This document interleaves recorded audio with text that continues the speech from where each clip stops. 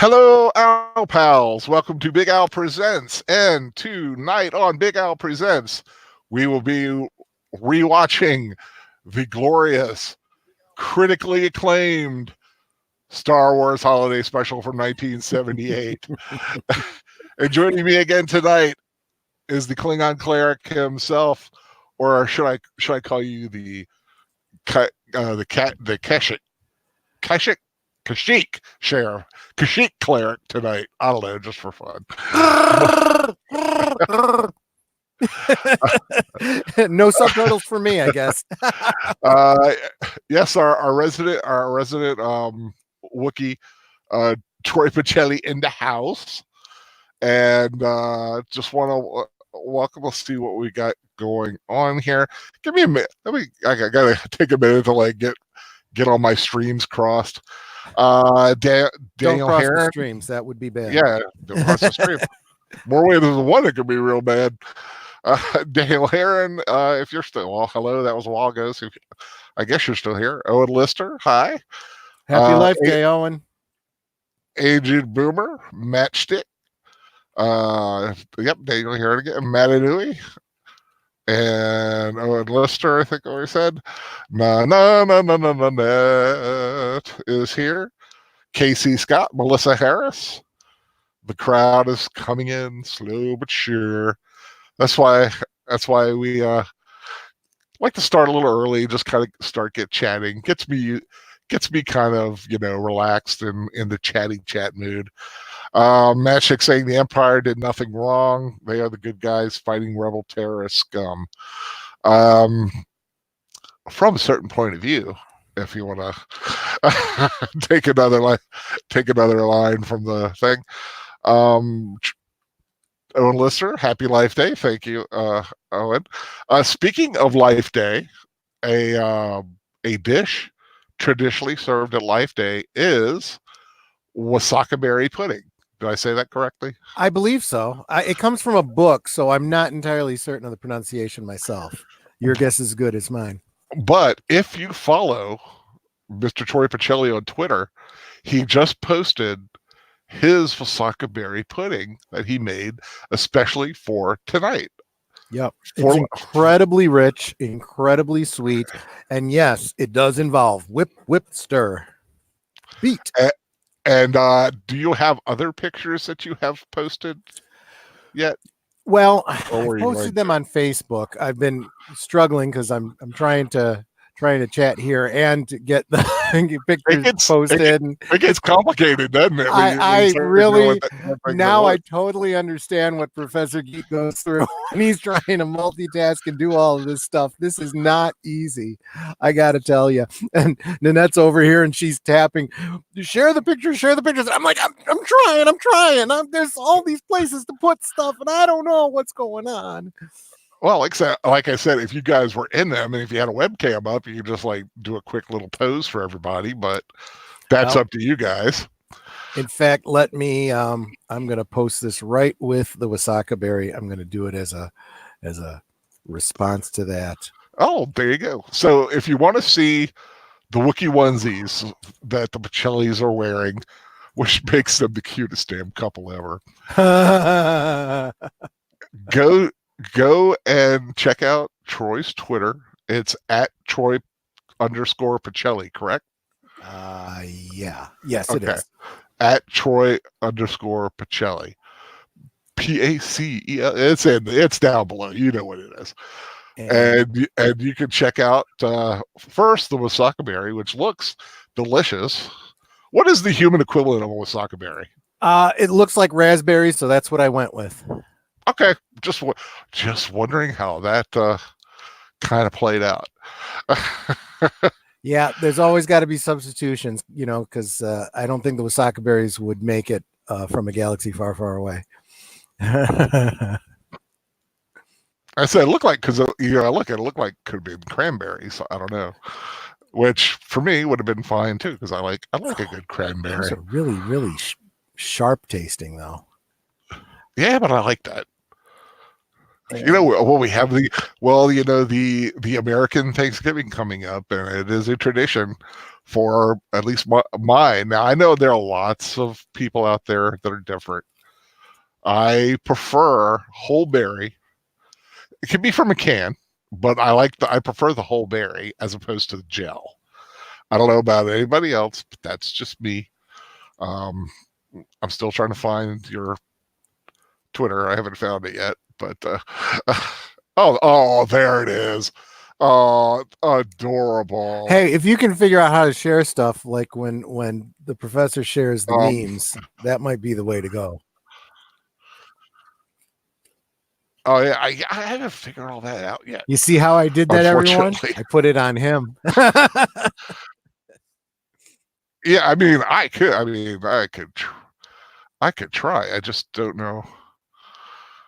I mean, it's your. I could show things that I'm really not sure what I'm showing. That's the problem.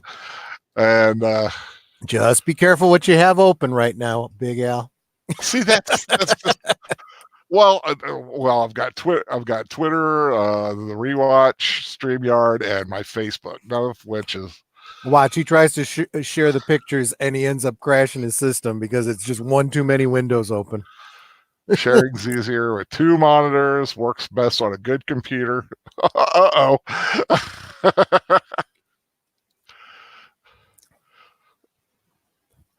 Melissa Harris says, I imagine Big Al and Troy in the kitchen, both wearing Kiss the Jedi aprons and chef hats. Well, Nanette and I were cooking together today, and it was kind of like that. Yeah. Now you have to tell me, am I sharing? I'm not seeing anything. Nope. I'm just seeing our 2 icons. It works best on it. Good. Oh, I see, because I wasn't hitting the darn share button. I thought I was. That sounds like something that would help. Yes, it would. It would. Like I said, I'm as big a Luddite as you are.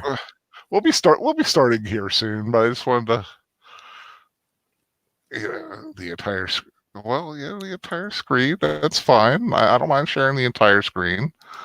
I hit share, and nothing happened.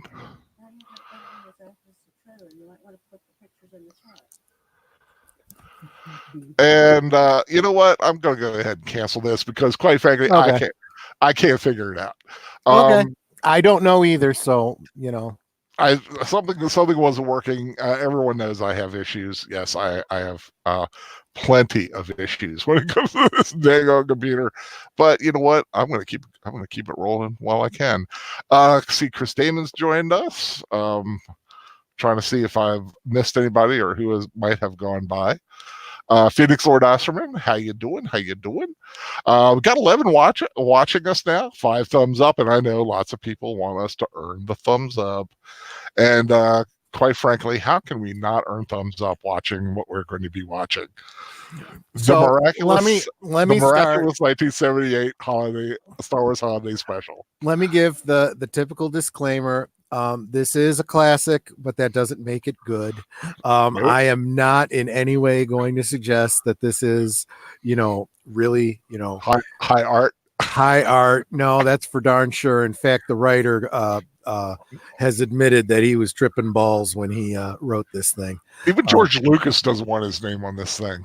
Literally, the closing credits, his name is not listed at all. He is not happy about that. However, this is at least this is the first time that James Earl Jones gets a shout out as the voice of Darth Vader. So I mean, that's something.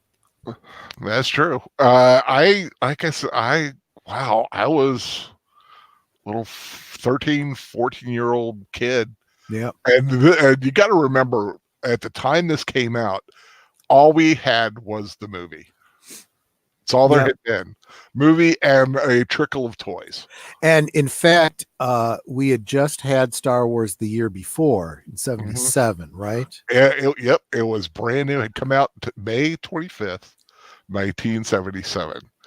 And as you'll recall, they did not get the toys out quickly enough, so they're doing the early bird special. Yeah, so even they weren't out even for Christmas. No, so they weren't even out until 78. Because this movie, because Star Wars comes out, it's expected. Nobody expected it to do what it did. Nobody, and I literally mean nobody knew this was going to be what it was. I mean, they thought, with the right marketing, we could make some money, or break even, and they would have been happy with that. But no, this thing just ignited on fire. And films were done a very different way back then. They didn't come out in 2,000 screens like they right. do now. This thing was maybe 10 screens across the country on the first weekend. Not that many, yeah. Probably not even that many, but and it was a slow build, and this literally was a true social word of mouth event. I mean, you say that now, word of mouth back then was literally word of mouth. You were telling your friends, you've got to see this movie. Yeah. And so fast forward a year and a half later, coming about Christmas time, getting towards Christmas, right before Thanksgiving, 1978, you hear word, so there's something else, Star Trek coming out. I mean, Star Wars coming out. Yeah. Wow. It won't be the last time I do that. Either in either direction. Right. It's like there's something new Star Wars coming out.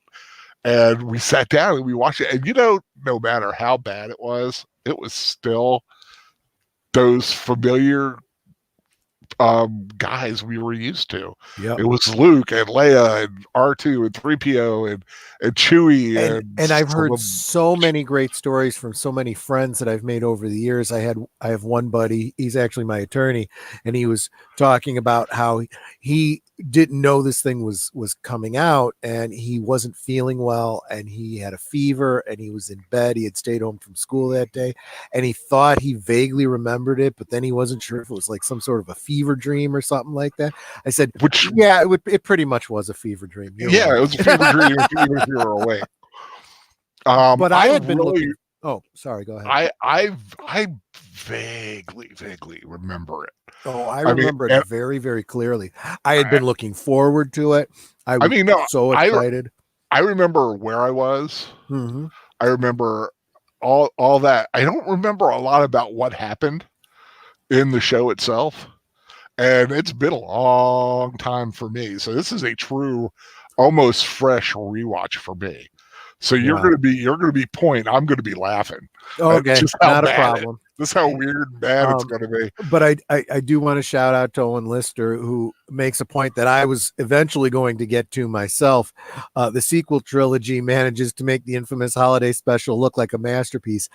That's how I've been feeling all season, Owen Lister. I have been so excited about this rewatch. I will be posting pictures later. I've done custom figures of Itchy, Mala, and Lumpy. I have purchased from somebody online. I purchased the holiday special version of Boba Fett.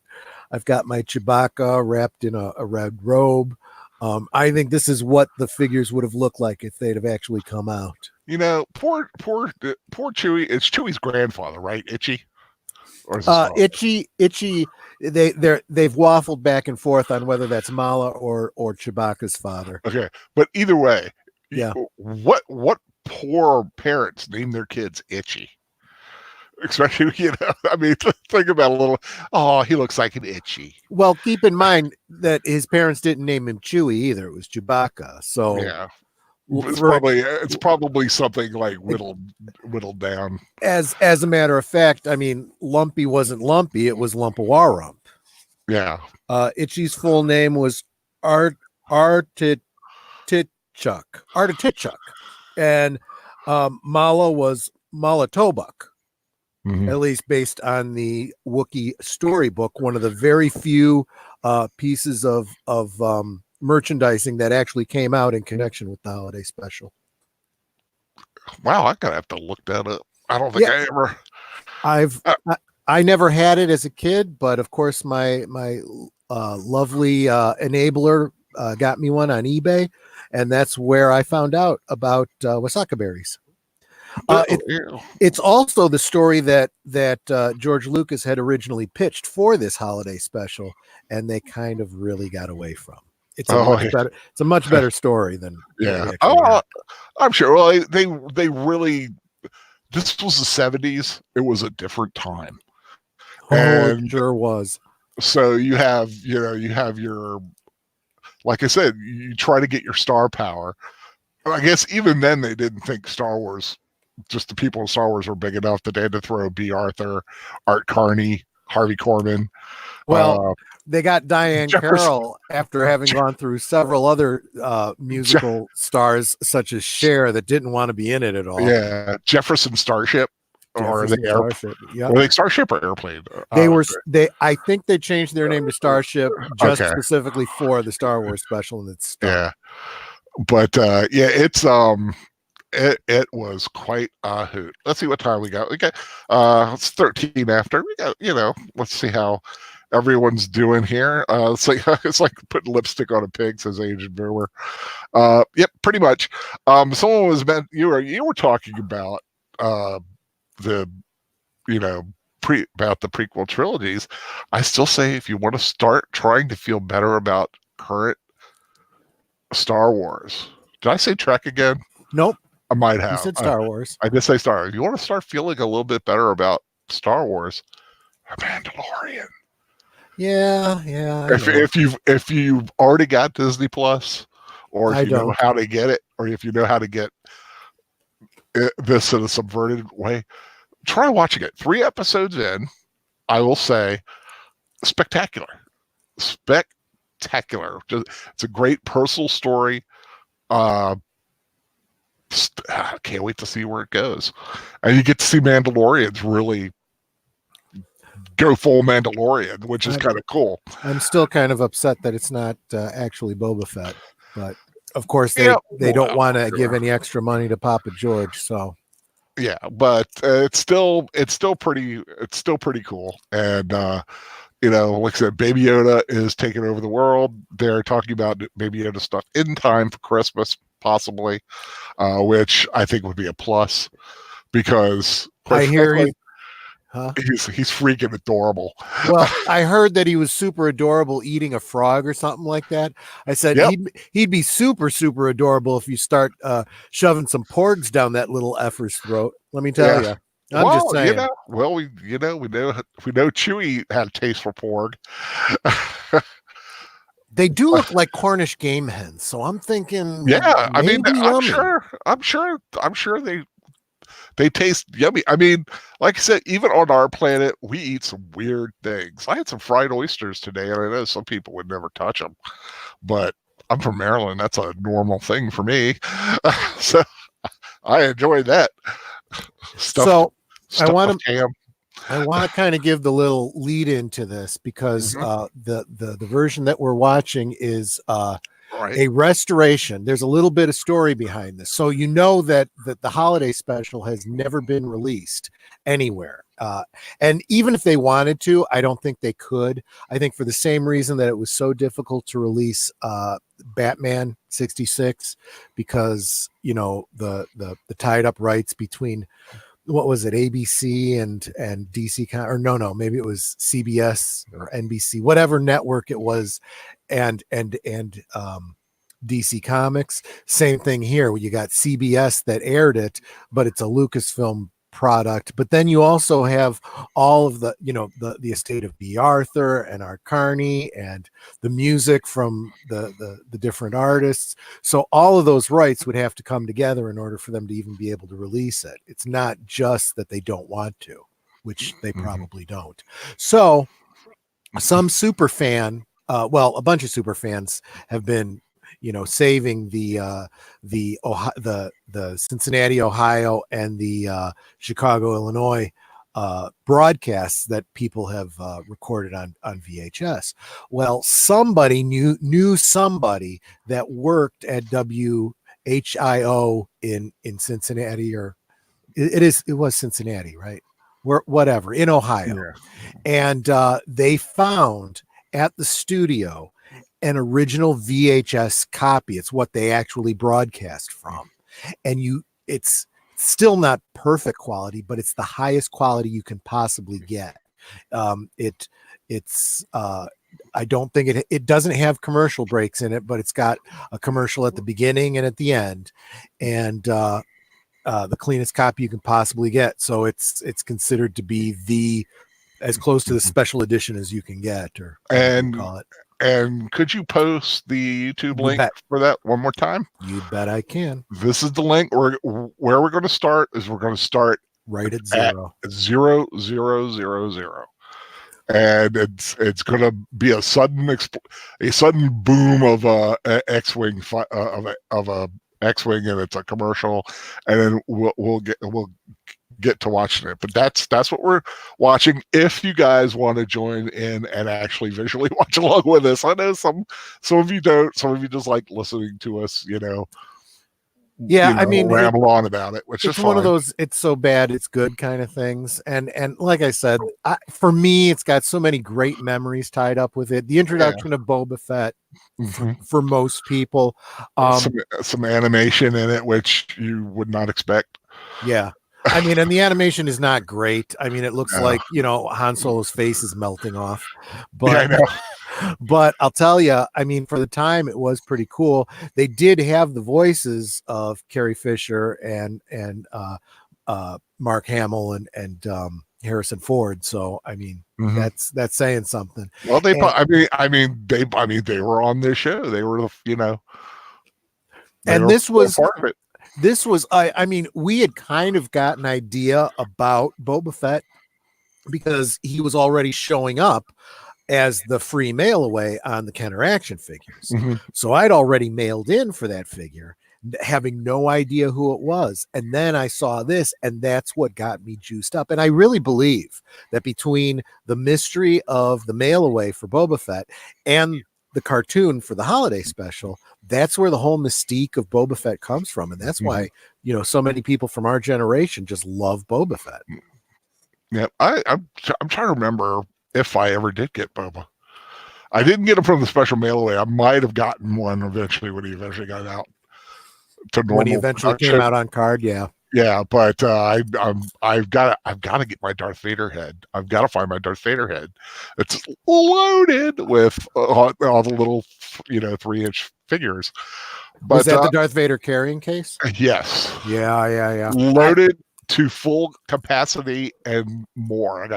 I got some of them. I got some Imperial guys and some bounty hunters doing some nasty stuff to each other.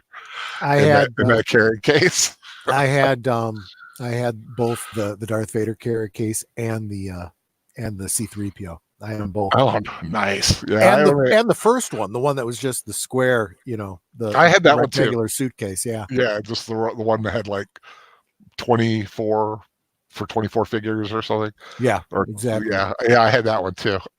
I probably still do somewhere. But let's get ready to journey to a galaxy far, far away. Like I said, the link is there. It's still visible. That's what we're using. We are starting at all zeros. Yep. And I'm going to count down from 3 like we normally do, and that's when we'll hit play. 3, 2, 1, play. Oh man, this is awesome. I love these toys. And unless I'm mistaken, this is the only Kenner commercial that actually used the music from Star Wars. Oh, they always used like knockoff music in most of the commercials. Yep, had that. I did not have the TIE Fighter. I still have the TIE Fighter. It's exploded somewhere in my old room. Never had a radio controller. Me neither. That was my first toy. Yep. My first. Not only did I have the Death Star when I was a kid, but Nanette got me another one. Oh, that game was terrible. Oh, it was terrible. A buddy of mine had it. It was just terrible. I had the Star Wars game in the middle. I had that. Yeah, me too. Yeah, it's out in the stores now again with a Tarkin figure. Oh, sweet. Yep. Yeah, I was bummed about this. I was Wonder looking Woman. forward to Star Wars, but the fact that Wonder Woman and the Incredible Hulk were Quite frankly, what an incredible night of television that was. right. Wonder Woman and the Hulk. Yep. Dun, And a little bit of stock footage here. You go from between film and then tape. Yeah, exactly. Yeah, like an old BBC production. Yeah.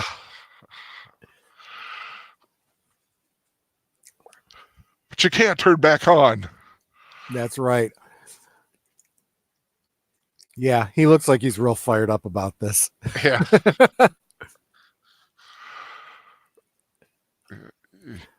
Yeah, Ed Owen Lister, in my head canon, the holiday special is canon and the new trilogy is not.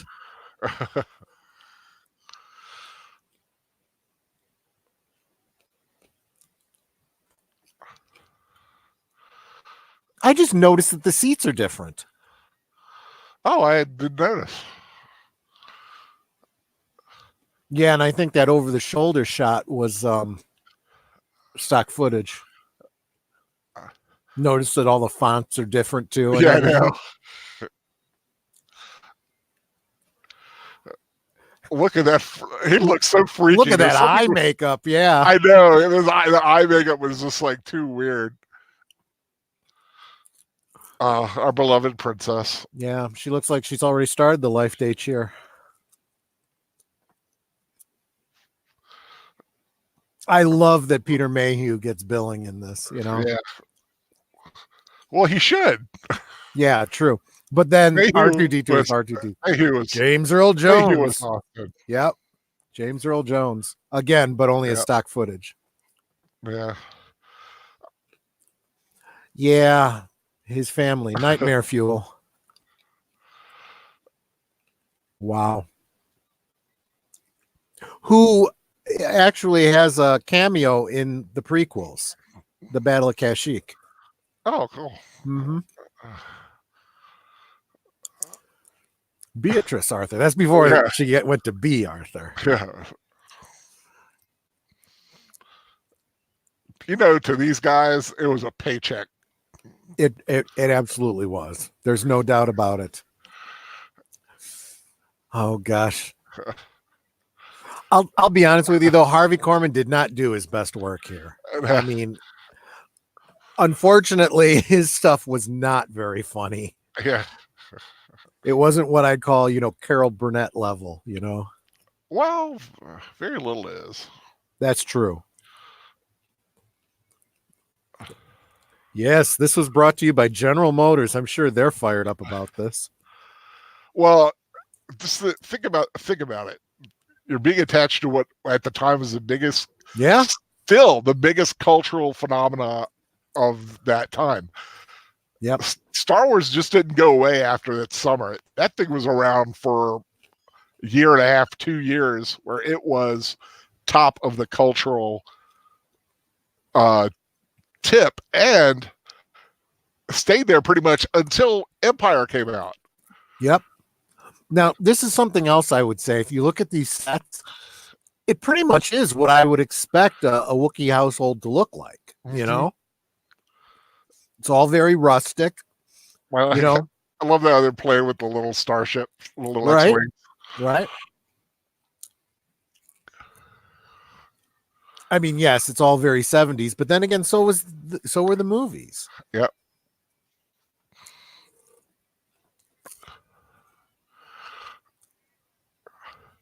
Now, I get them not giving you subtitles because you really can kind of get what they were getting at with this,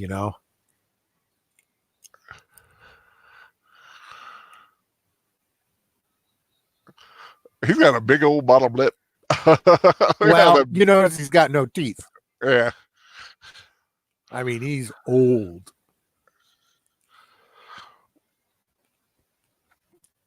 I wonder how old. Do they say how old a Wookiee can get? Remember, everything that was expanded universe has now been jettisoned. So, who knows? But, they're definitely long lived. Yeah. I mean, Chewbacca, was fighting in the Battle of Kashyyyk in the prequels, and he's still going in the in the new trilogy. So Yeah, and not really showing any gray, right. like Daddy Itchy.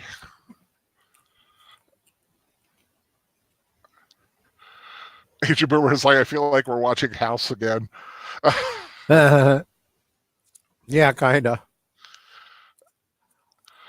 And I also remember that, much like many of the specials when I was a kid, there are long, boring periods in this. Oh, I mean, I would oftentimes nod off. I wonder who played Lumpy and where he is today, or she. Could have been a girl That's a playing. good question. Oh, come on, Lumpy, you can't do that. Don't do it. It's not that bad. That would be a pretty place to live, though. I do love the wood aesthetic. What's funny is there's now a show on one of the cable channels about making houses like that. Yeah. Let's see if I can find out who played. Okay, Lumpy was someone named. Oh, it was a little person, and you're right. It was a female named Patty Maloney. Patty Maloney played. Yep. Oh wow, that's cool. I know the Patty one. Maloney. She's the one that played. Isn't she the one that played the female version of Tweaky in Buck Rogers? I think so. She was a very popular. Yes, Tina. Performer. The character's name was Tina in Buck Rogers. That's right.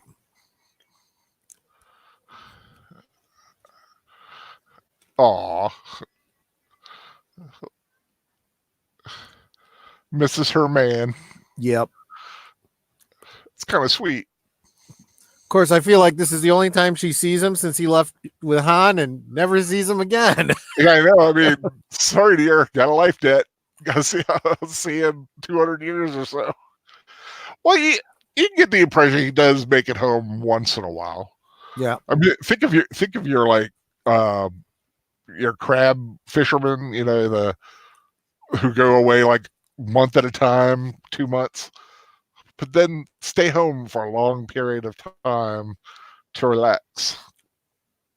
So the person playing Mala is an actor by the name of Mickey Morton. And I think you would know him from Star Trek, the original series. He played Klug in the Gamesters of Triskelion.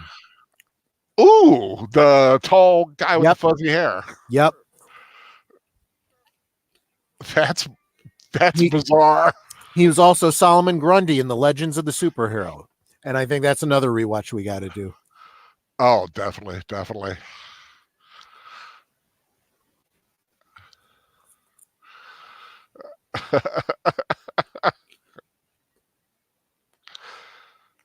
But yes, imagine the guy writing this. Yeah, dude. He admitted that he was tripping balls. That's true. And unless I'm mistaken, this was a very, very early Cirque du Soleil. I'm not even making a joke there.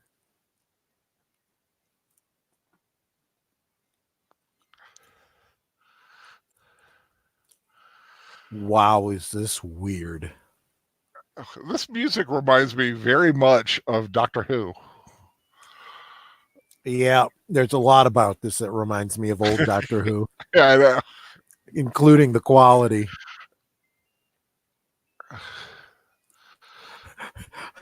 I'll tell you, Lumpy there looks like he's tripping balls too.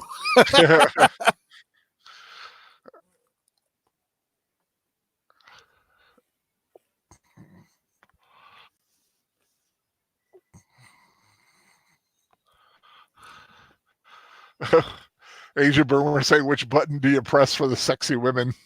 Oh, just wait. That's coming up a little bit later. The so-called Wookiee porn.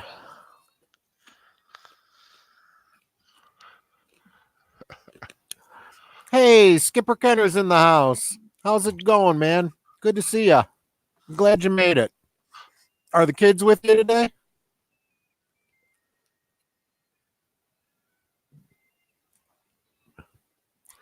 Owen Lister, I don't think he mentioned specifically what drugs he was doing, but I have to agree with you. You're probably right. Acid, yeah, this looks like an acid weed kind of dream.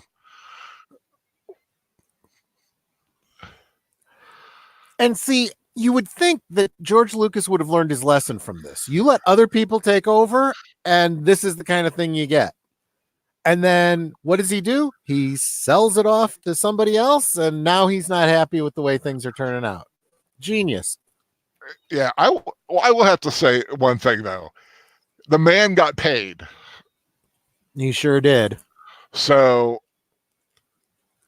dude, you gave it up. You took the money, you walked away. He's still got the original episode 4 in his pocket. Yep. So he'll have money, no doubt, till he can live 5 lifetimes and he'd have money. Yep. Do your chores, Lumpy. Do your chores. Wow, that's a very tall sink. Well, it's just a very short Wookiee. Yeah.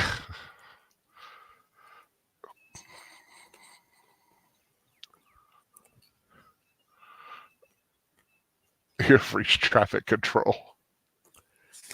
I love these low-tech, high-tech devices. Yeah. Agent Boomer, you're absolutely right. There's nothing happening. Yeah. Yep. There's long stretches like that in here. There's just nothing happening. No starships in the area. Which doesn't actually make sense, especially when you consider that later on they talk about an Imperial blockade of Kashyyyk. So, yeah. Hey, let's tune into our microwave to see Luke Skywalker in the Rebel base.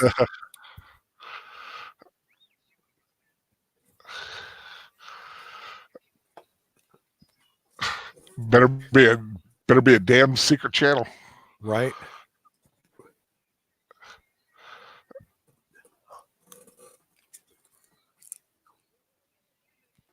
Yeah, like you can understand them one at a time. Get doing the Get out of here. The adults are talking. God, he looks so weird. Well, that sugar bowl haircut. Bad lighting, bad makeup. Yep. It looks like they've got like layers of clay on his face. Very, very thick makeup. Yeah.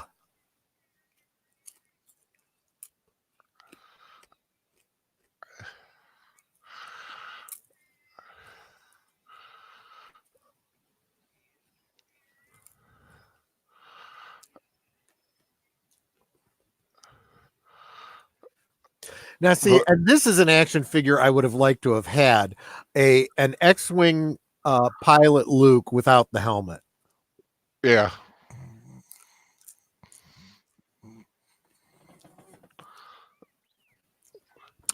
Although I do like the helmets. I still think it's funny that when you see them launching, the helmets look clean, but every pilot has this like scuffed up, exactly, busted up helmet. Owen Lister brings up a point, and I may as well talk about it now. And I'm just going to freely talk over this thing because, as everyone points out, there's not much going on. Yeah. So there are different edits out there of this. So we're watching the pure version, but in future years, we might end up watching other edits that people have put out there. There is one edit that's incredibly good, but I can't find it out there anymore.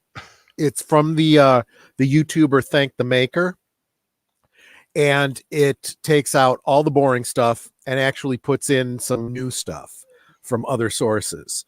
Oh, wow. Yeah. In fact, Al, I sent it's on one of the discs that I sent you. If you can ever, watch those. Eventually, I'll get my stuff together. And he puts what do you call it? Subtitles for all the Wookiee talk, and some of it's very funny. I mean, it's actually so much better. But there's other edits out there too, where people just take out the boring stuff and make it much, much shorter. So at least it's better in that regard.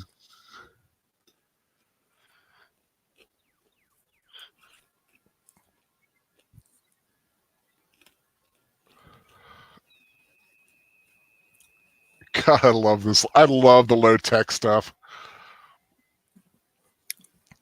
Now remember, 13-year-old kid back in '78 looking at this. It was right. It was high techie tech. Skipper Kenner points out that R2 has 6,000 gadgets in his body and he can't turn off the fog machine. Well, of course not. It was funny. It was a gag. He had to keep it going.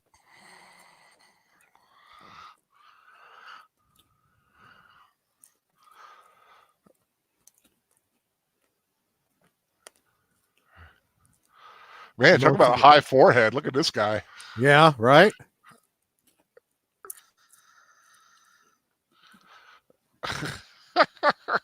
So here's a little detail. I was trolling to see if the professor's in here somewhere. He's showing him this little aquarium, right? Well, in this edit that I was telling you about, the Thank the Maker version, he does all these computer graphics. So there's like these tentacles coming out of it and stuff, and makes it really cool. I mean, it looks really cool.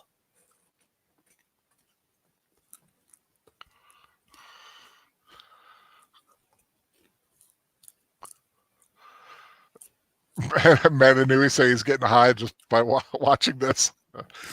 Like, yeah, it does feel that way. So what the actual fuck am I watching? He says. Yeah.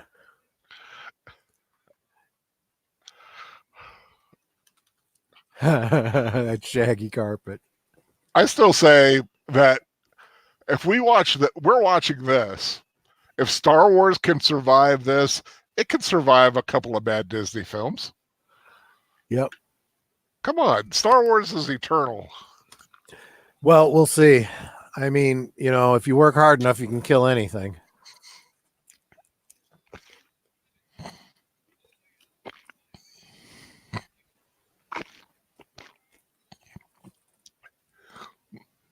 Melissa Harris used to think that R2 was female because he sounds female. Really? Okay, I can see that. Sure. I wonder if technically droids have a sexual leaning. Now I know the whole Lando. Yeah, I was just going to say, ever since the Solo story, they do now. Yeah, of course. You can give one a female voice. Yeah, but the ones that tweet, blurp, and beep, how can you tell?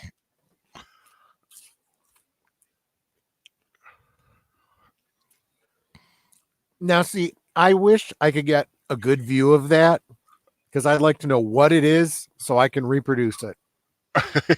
I got to have that prop. Like, I don't know what it is. It was in the Star Wars special for 2 minutes. I want it. Right? For example, although you didn't see it, it was kind of hanging on Luke's belt. His lightsaber is actually different than the ones he uses in Empire and the original film. So I got some good pictures of those, and I'm going to try to reproduce that. Oh, cool. Like you mean toy size or life size? No, life size. Oh, sweet.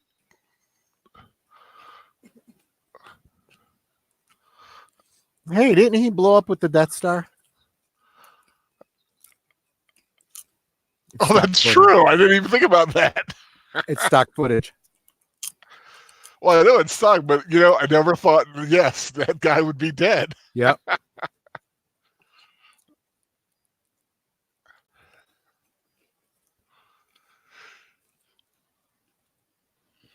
Oh, and Lister, my thought would be what you do is you do a soft reboot. You go back and you do the Timothy Zahn trilogy and the Dark Empire. Do those as films. You can even cast, younger actors and do it well. And then you just continue on and forget that the Disney trilogy happened. It's never going to happen, but it would be a way that they could save it. It's like the Donna Reed show, but on but with Kashyyyk. Whoopi. Yeah, with a little bit more of a hirsute. Here we go. Harvey Korman. Uh-oh, Harvey Korman. Whip, whip, stir. Okay, so the one thing that I'm going to say in defense of this scene is that everybody that does commentaries on the holiday special always talks about this as the cross-dressing alien, and it's not fair. Harvey Korman is playing a female character, okay? Mm-hmm. Harvey Korman is technically cross-dressing, but the character is not. He's playing a female. Oh, yeah, he always played... I loved it when he played females on the Carol Burnett show. Right. And man, that hair is awesome. Bantha Rump. Yup.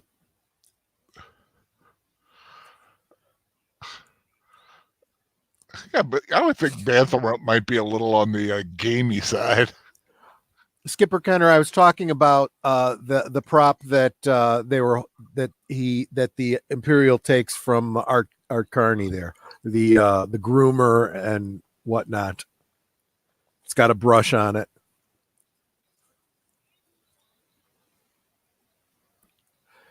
Aged Boomer, this is the alien version of Julia Child.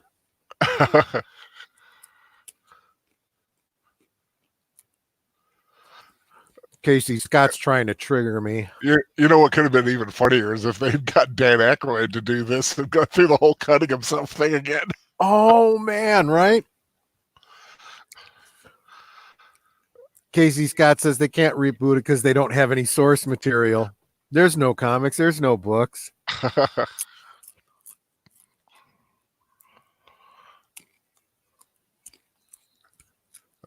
Like that old aluminum bucket.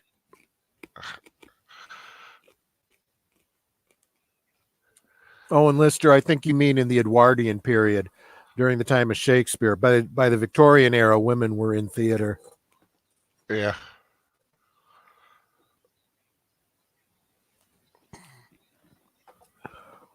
Stir, whip, whip, whip, stir. Did you see he almost made a mistake with his hands there?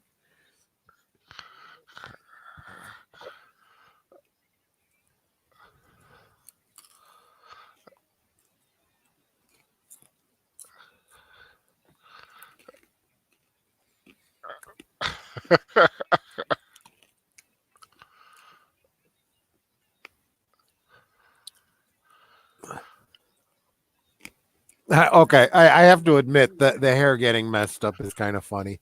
Yeah. I know.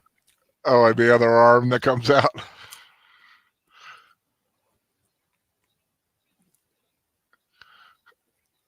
Stir, whip, whip, whip, stir, beat.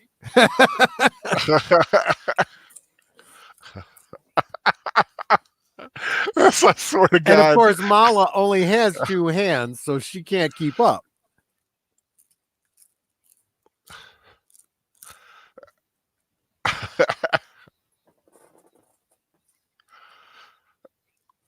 Makes you wonder who had the job of standing behind Harvey Korman to do that. I told him.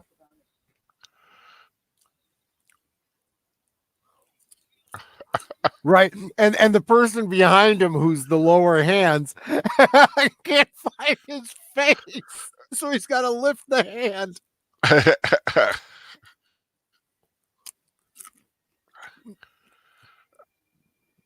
Matchstick, you're right. You do kind of have to feel sorry for the people in this. This is a clusterfuck. It really, really is. And some more stock footage. But some really good stock footage. True. That's true. It's like you know exactly what scene these are coming from, too. Yep.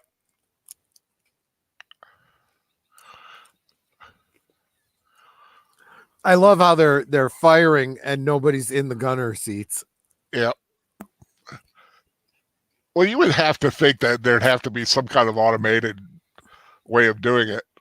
Probably. Well, we know that there's a lower machine gun. Yeah. But it's not the quads that we see firing here.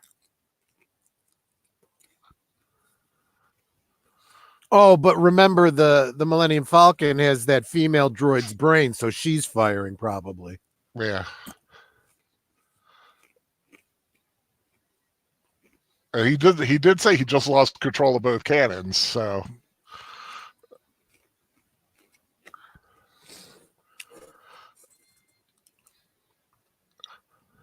Owen Lister is asking what would be the Wookiee Santa equivalent. Actually, I'm pretty sure, Owen, that they were rebels without a clause.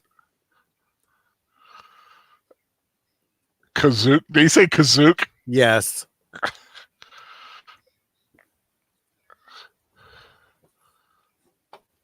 But see, that's what I was talking about. That's the what do you call it? So there are ships in the vicinity. Mm-hmm. No one's even given me grief about the rebels without a clause joke. Ouch.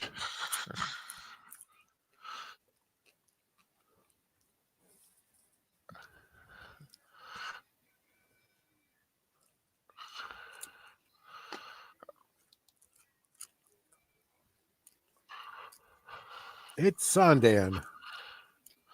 Hi, Itchy. I came to bring you some Wookiee porn.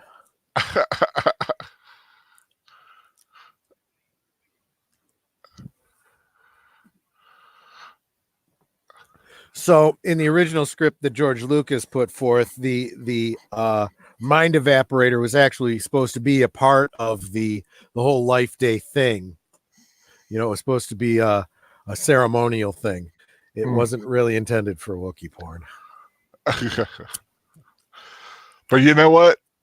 If it can be used for Wookiee porn, it will be used. Well, yeah, okay. I guess you're right.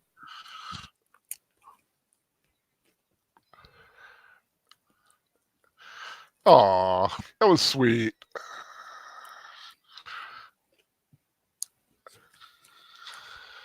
Yeah, Skipper Connor, you didn't remember that they called it Kazook in that one scene?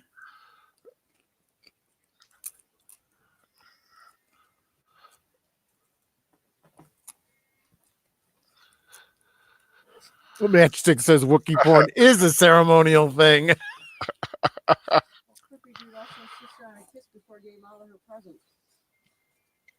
I do like the Wookiee home aesthetic, though. I do too. I really agree. I can tell because I've seen homes that are built around large trees, and like they just look awesome. And I love that everything is wood. That's going to make it really easy when I decide to make my Wookiee home playset. Yeah. Oh, and those little electronic project toys, I had those as a kid.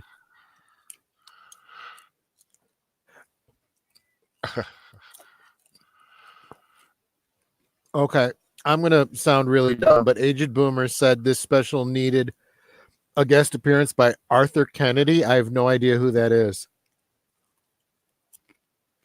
Arthur Kennedy? I don't know.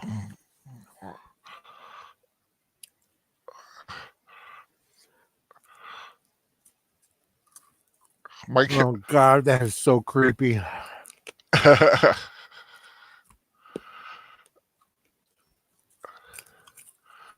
Here we go. Oh, God. So now they were originally trying to get Cher to do this, which might have been better, but I totally understand Cher not wanting to have anything to do with it.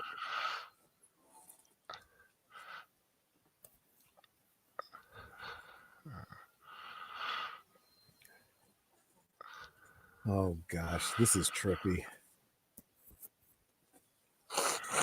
God, do you ever remember a guy on PBS, the public TV, who used to do like astronomy? Oh yeah. Jack Horkheimer. Yep, and this was kind of like the music that they. The music is reminding me of that. I don't want to tell you what this looks like to me. This is just wrong. Oh, what, little sperm swimming? That's what it looks like to me. Yep. Yep. I see. I'm not the only one.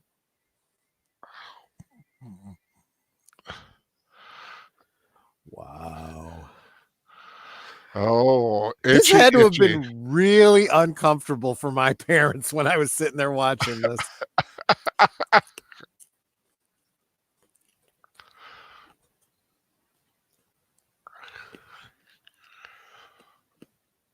Late night. In fact, we just lost Diane Carroll not that long ago. Yes, we did this past year. Yeah. I think I am. Oh, yeah. Oh my gosh. Man, oh man. That is so awesome. Yeah, now we can have a good time. Oh, yeah, baby.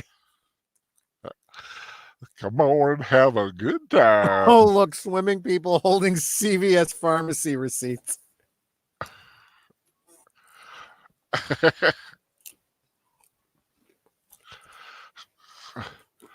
Oh, no. Yeah. No. He's purposely putting it back. Oh. He's rewatching it over and over. Hey, dude, Boomer, I want one of these machines. I know, right? Well, basically, it's an Oculus Rift, you know? Now, I got to say, this Bob Mackie dress is pretty cool. Yeah. I mean, that's pretty sweet.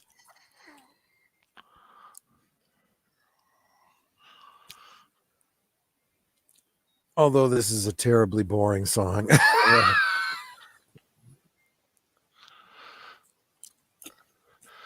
Back in the 70s, though, this was high tech art.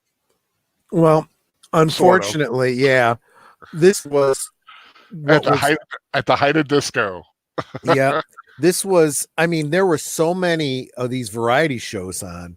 That was what was big in the 70s, just like so-called reality TV is today. Oh, yeah.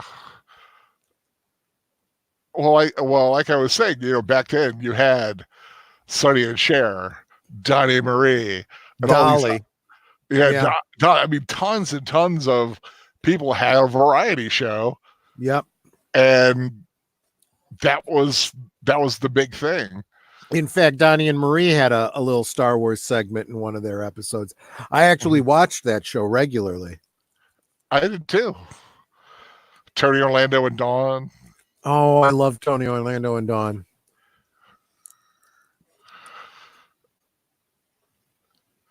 But I like how Itchy, a Wookiee, his fantasy woman is a hot black woman. Yeah, I guess so. Although I guess it wouldn't be too outside to say that a Wookiee would have jungle fever. Oh, you had to. Oh my gosh. I had to go there. Oh my gosh. Hey, where's Mara Jade tonight to keep you in chat, for crying out loud? I don't know. Do Wookiees have cigarettes and a brandy for a show like this? Yeah, they must do. Wookiee porn looks and sounds like the start of a James Bond film. He's right. He's absolutely right.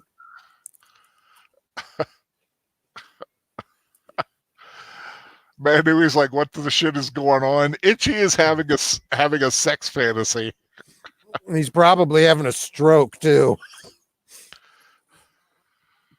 And I'll tell you, this is pretty tame for, you know, his fantasy. Mm-hmm.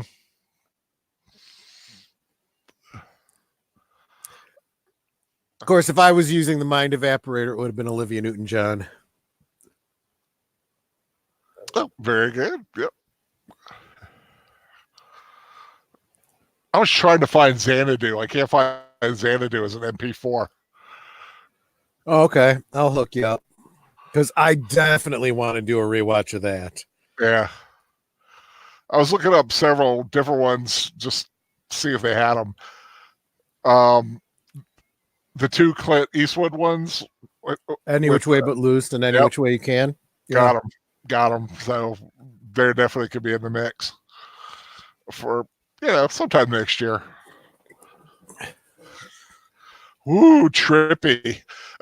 There's two of them. Oh God. And now she's Doctor Who. Wah, wah, wah, wah, wah, wah, wah, wah, wah, wah. I mean, seriously. Oh my gosh. You know what's funny? I don't remember any of this, and I remember watching it. Hey, I'm gonna drop a link in the chat if you guys don't mind.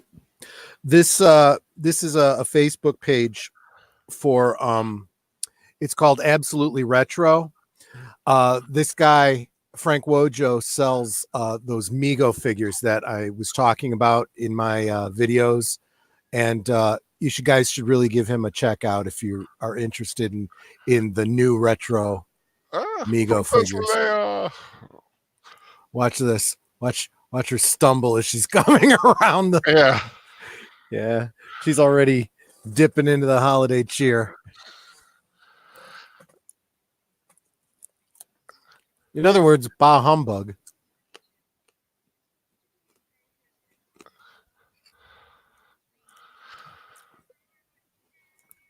Still sporting the 2-bun look too. Yep. There's a picture of her during the filming of this. She looks like she's just miserable, and she's drinking a tab just like I am. Oh, jeez.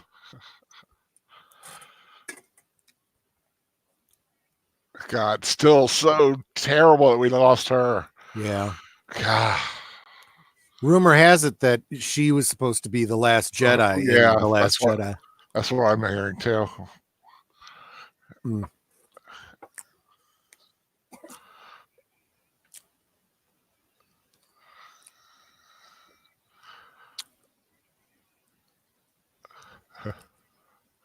Yeah, that's all we need to is for you to say that you're a member of the rebellion and we believe you. Yeah. You couldn't possibly be a double agent or something. I saw a YouTube video today. It said Anthony Daniels says if you watch the Star Wars Holiday Special, you'll die. If you watch it backwards, you'll release the Great Cthulhu.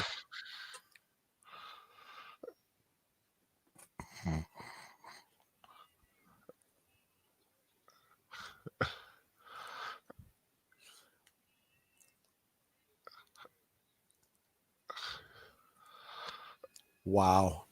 Why does it have red afterburners now?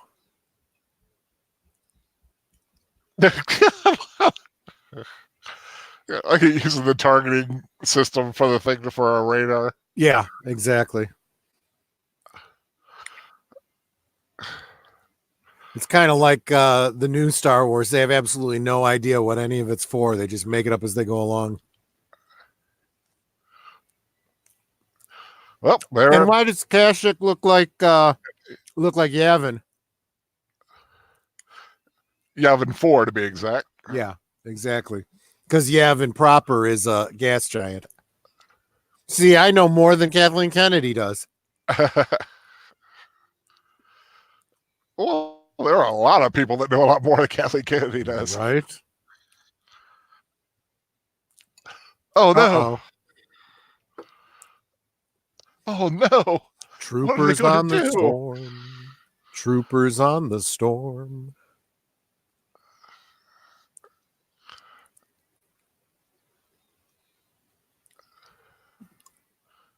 Yep, no rebels here. They haven't arrived yet. Yeah. Oh, Matchstick, the heroes of the story have arrived.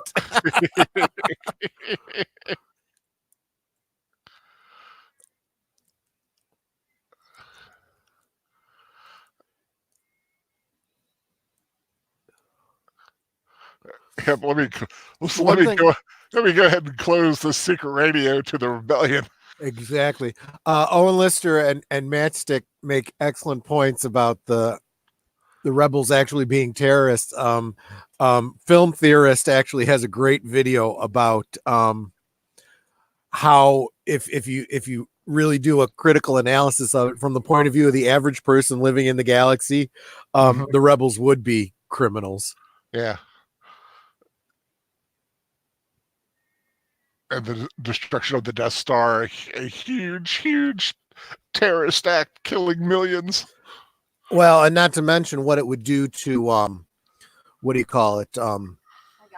Galactic finances. I mean, imagine, consider what happened to us after 9/11, you know, and multiply that by a galactic scale.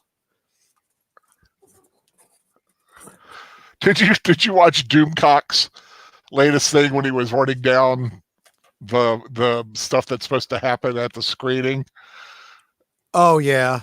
About how the Emperor allowed the Death Star to be destroyed. Yeah. It's like, yeah, sure. Yeah. That makes perfect sense, right?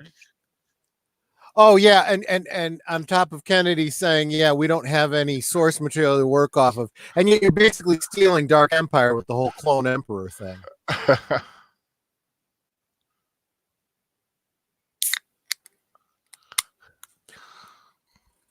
Another tab. That taste of the 70s. Go from Diet Dr. Pepper to Tab. Yep, I'm a Tab drinker. Although I do like Diet Dr. Pepper too. I always thought Tab was a woman's drink because it came in a pink can.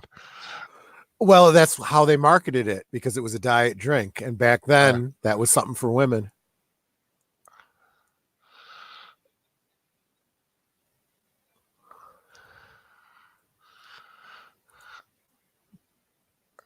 Owen Lister says that the Death Star was a complete waste of galactic tax dollars. I'm not so sure.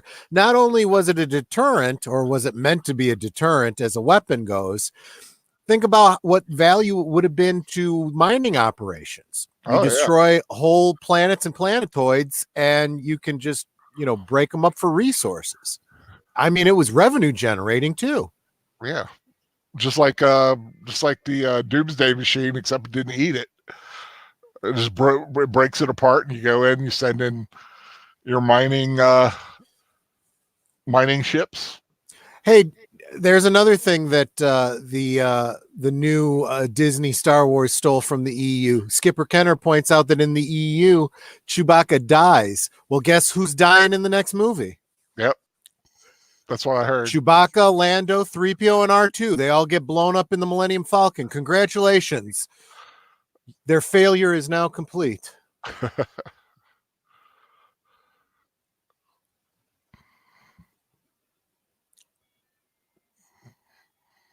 Aged Boomer, I keep ginger beer around for when I get an upset stomach. I love ginger beer. I don't know if you just caught that, but that was moonlighting, honeymooners joke there.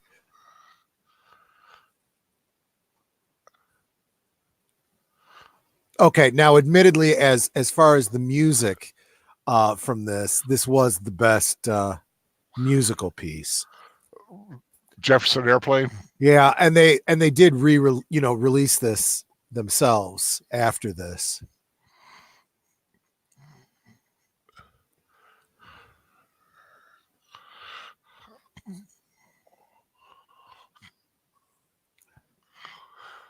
Okay, but this singing into a marital aid is kind of uncomfortable. I mean, seriously, it's a big glowing purple marital aid.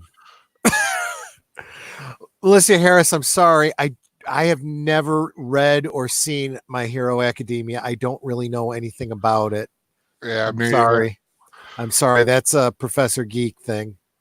He's planning on doing rewatches on it once he gets back into rewatch. Magic says, "All right, I'm not sure. I'm not tripping balls." I am having all kinds of fun watching this. I don't care how bad it is. It's awesome to watch. Okay, and those special effects come right out of Metropolis, I think. And I mean the silent film. So this is not, they didn't have Grace Slick when they were doing this. That's right. See, for me, there is no Jefferson anything, airplane nor starship without Grace Grace Slick. Slick. I dig that. Which I don't really understand because she was with them in the 60s, again in the 80s.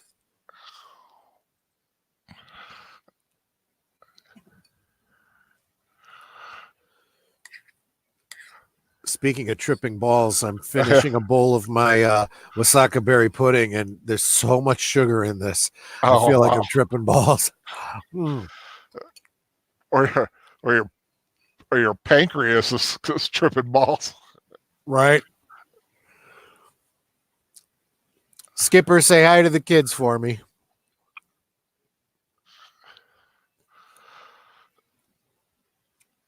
So Skipper, a friend of yours? Yeah. He's been a good friend of ours since Nanette and I first met. Oh, awesome. I can't remember if it was last year or the year before. He had his kids watch the holiday special for the first time, and he took reaction pictures and posted them on Facebook, and it was just hysterical. I bet. Well, like I said, everyone knows, episode 4, A New Hope, the real Star Wars, which at this point was just Star Wars. Yeah. Now imagine being given this and watching it and thinking, "What the hell are we watching?" Yeah.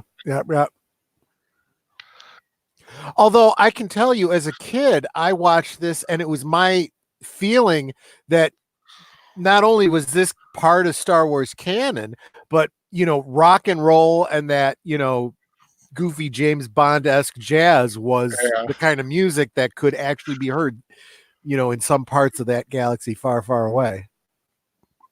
That's what those wacky teens on Tatooine are listening to. That's right. When they're going down to Tashi Station. Picking up some power converters and, eating some shrooms. Or no, I guess it would be spice. Oh, yeah. We'll have to do a Dune rewatch.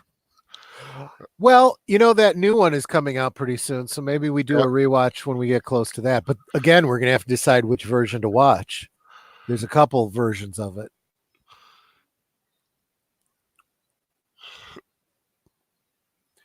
There's the sci-fi version, and there's at least 2 versions of the David Lynch film. Yeah, I know I have the David Lynch film. I don't know if I have the other ones. Matchstick, you're absolutely right, but boy, is that unfortunate. I don't think, I honestly don't think he retracted the message. Probably for the best when you really think about it. Oh, the J word? Yep. I saw it. Naughty boy.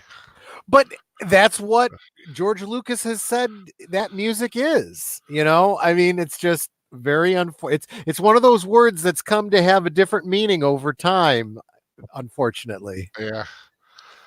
Like gay. Gay didn't always mean, into someone of the same sex. It just meant happy and yeah.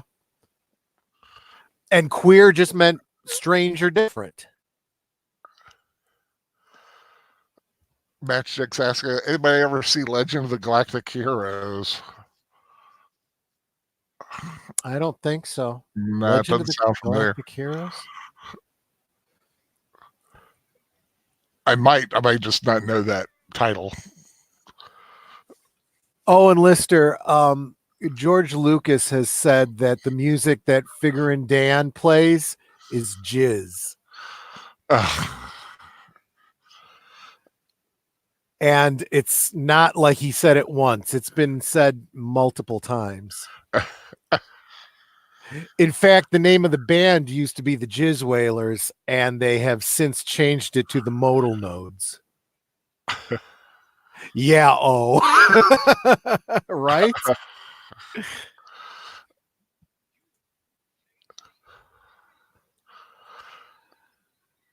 Wow.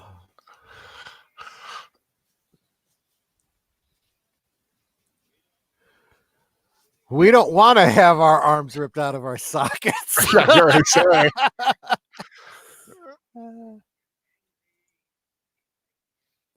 I didn't notice this before. He's got a scar on his cheek. Yeah, I just noticed that too.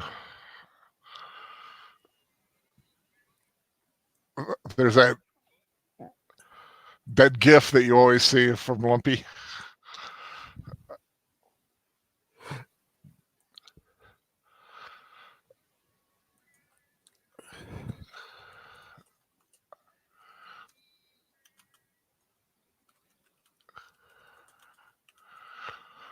Oh.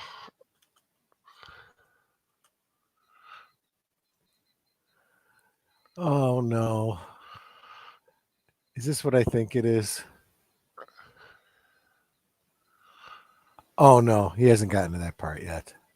Oh, this is the best part. Okay, everybody, this is the best part of the whole thing.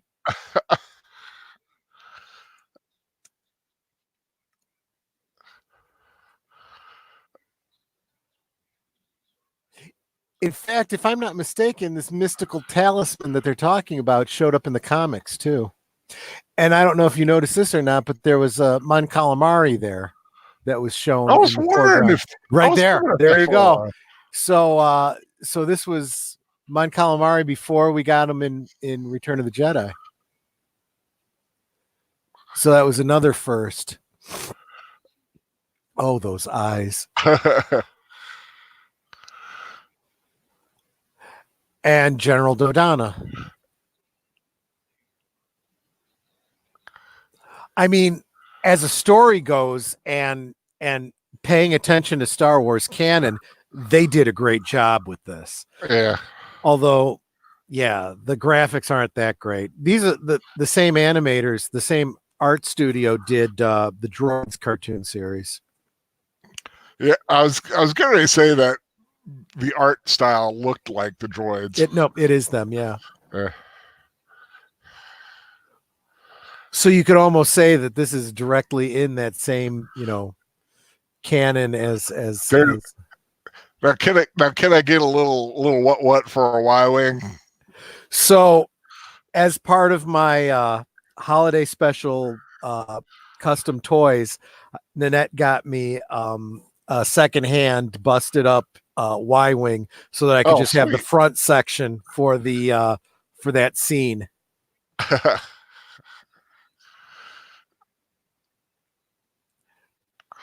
And the planet is covered in strawberry jelly.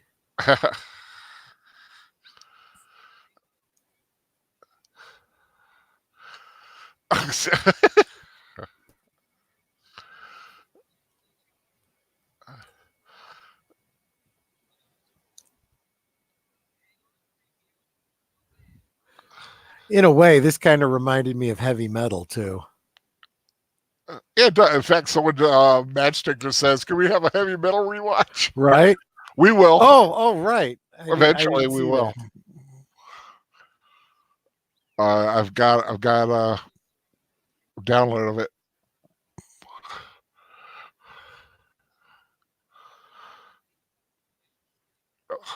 Uh-oh.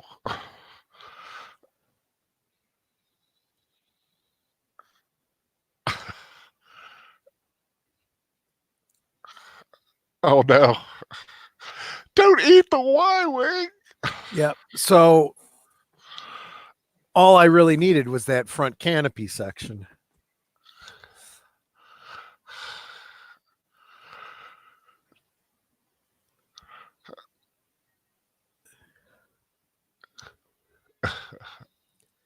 Yum, yum.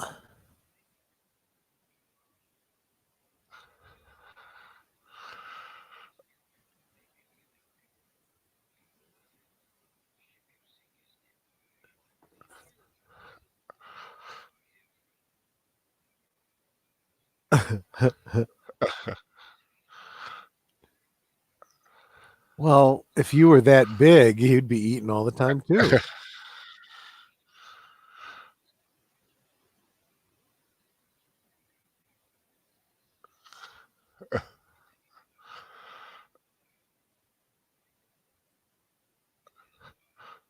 Love that hairdo that they've got Luke on with this one. Right.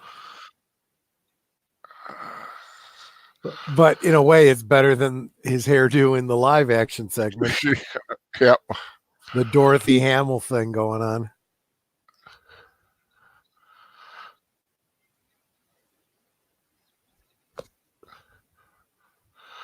And did you know that the Millennium Falcon had pontoons under it? Well, we do now. Right.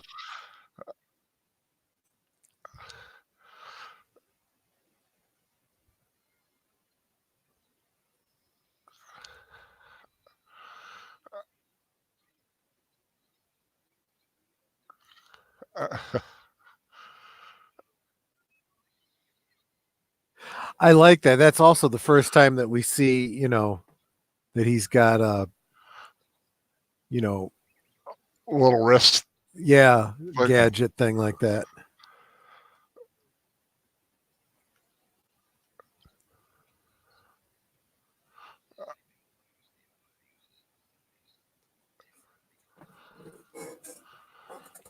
So there is there's some sort of a virus that the Empire uses against its enemies, but you can buy the antidote in any corner drugstore. I know.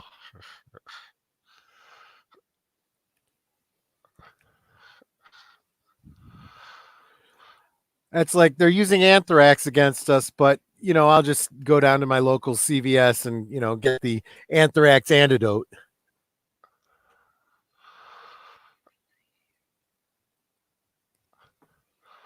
I like how they kept the dent in his helmet. Yep. Although the colors are all different. Yeah.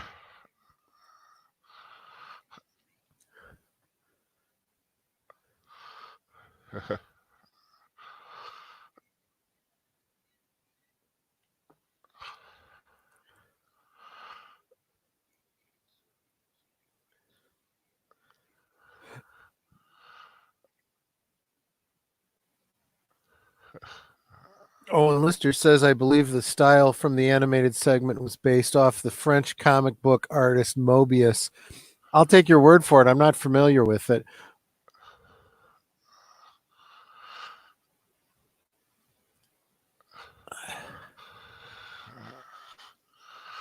He's just watching a TV show. Leave me alone. What the heck? It's a kid.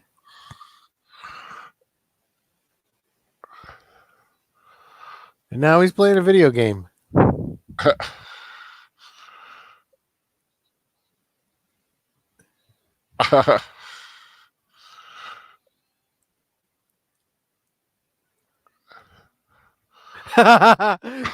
Kenner says a sleeping virus that only affects humans. It's called the Star Wars Holiday Special.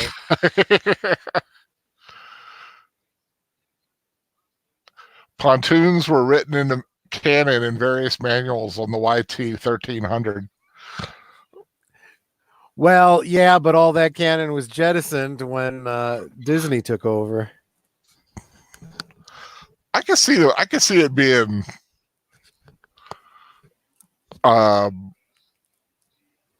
feasible though.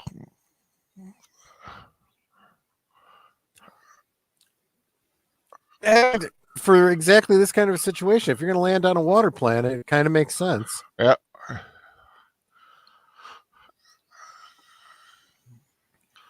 I mean, there was a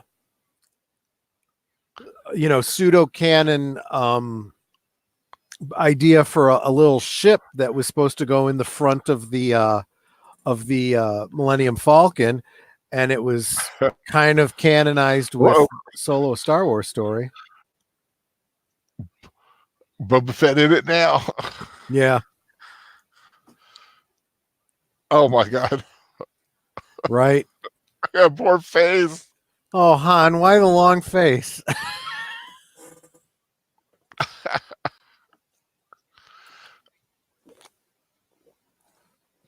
No disintegrations.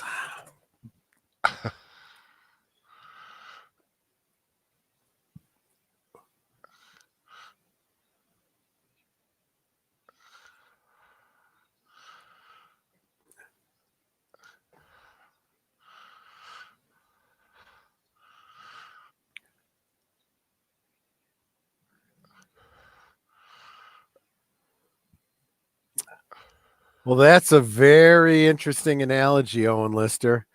He says that the bit where the Imperial troopers are asking the Wookiee kid what he's watching, very much like Kappa.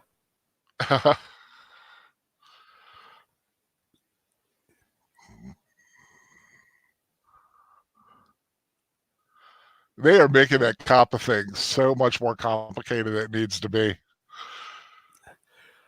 People have a tendency to react very strongly to government overreach. So yeah, I kind of get it.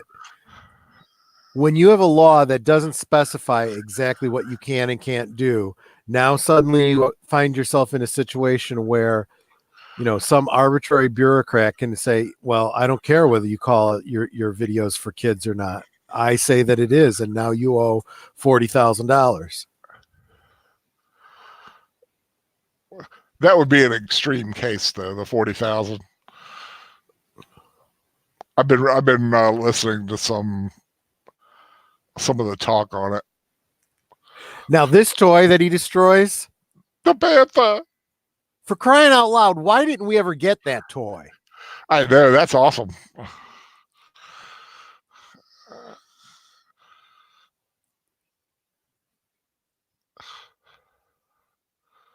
Why 1,300 water wings?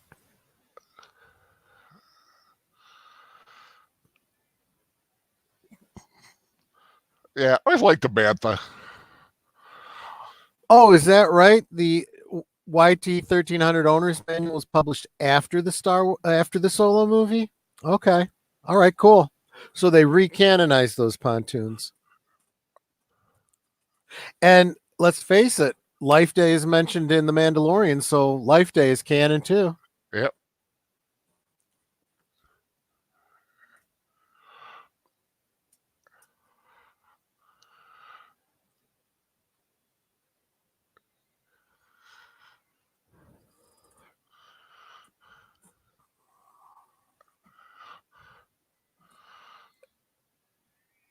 I would be ticked off too if somebody would mess up my room. Rip the head off of my Bantha.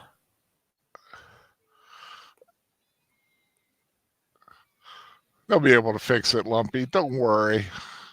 Well, here's the thing. I mean, again, kind of bad writing because it's like, well, we want to make you hate the Empire, so we're gonna have them trash the kid's room. Yeah. And it's just so unrealistic, you know. It's like, why would the stormtroopers even bother with anything in the kids' room?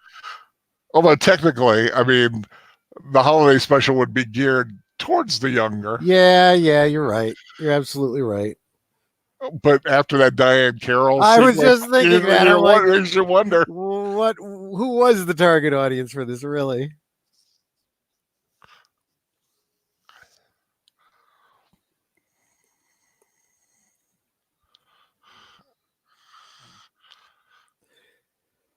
Oh, and Lister, I don't think Halloween would translate very well to the Star Wars galaxy, but Thanksgiving, honestly, I think Life Day is pretty much their version of Thanksgiving. Mm-hmm. Oh gosh, here we go. This was probably the most unfunny sketch in the whole thing. This was just miserable.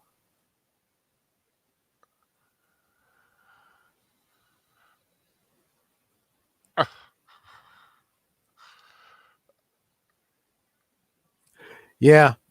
Skipper Kenner makes an excellent point. Ever pissed off a game warden while fishing? You'll know what arbitrary bureaucratic punishment can be. Yeah.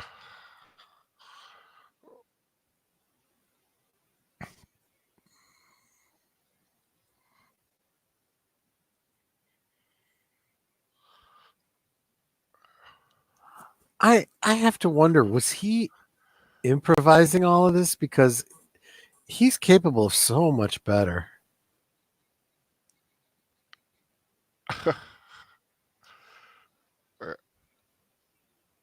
Not exactly the right personality for this.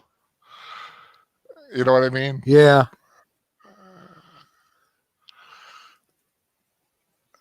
It's a Ziploc.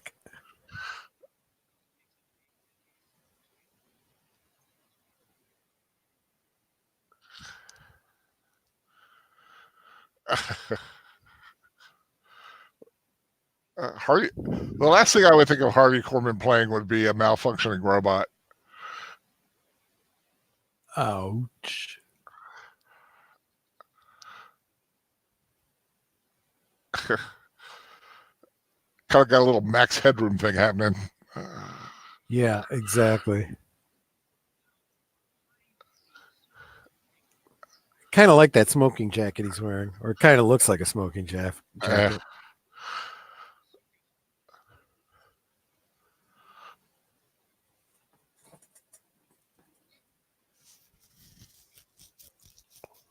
Oh, oh God!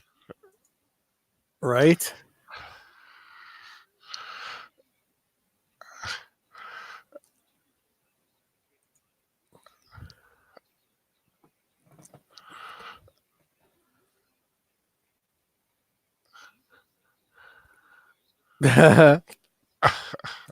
Skipper Kenner says the target audience for this, I'll give you a hint. There's one born every minute. Yeah.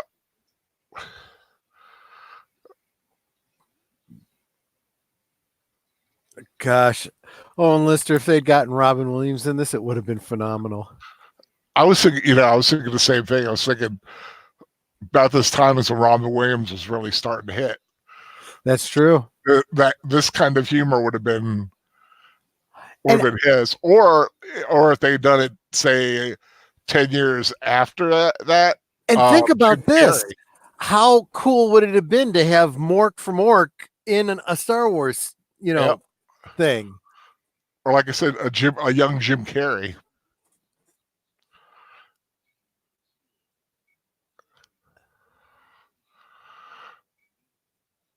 Or even Tim Conway. Tim Conway, along with Harvey Korman, would have made this bearable. Yeah.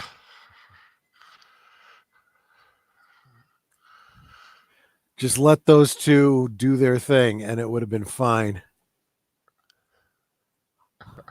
Make it stop, Aged Boomer says. Yeah. Okay, well, at least that sketch is over now. So, yeah.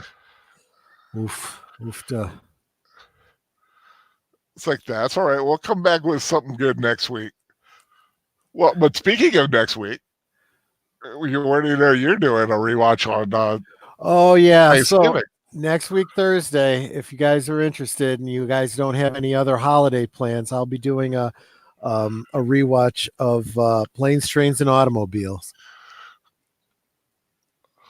on the Troy Pacelli channel. On the Troy Pacelli channel, it'll be my first rewatch that I'm hosting, and the internet debut of Nanette Pacelli. Nanette Pacelli. Have you got a time for that yet? Or are you still trying to? Did you ever hear back from Professor Geek? Well, I told him what you told me. Uh-huh. I think he's waiting for you to firm it up. Okay, well then I'll he's working with you. I'll stick with the 9 o'clock Central, 10 o'clock Eastern time. So that's what I'll be doing on Thursday. Sounds good.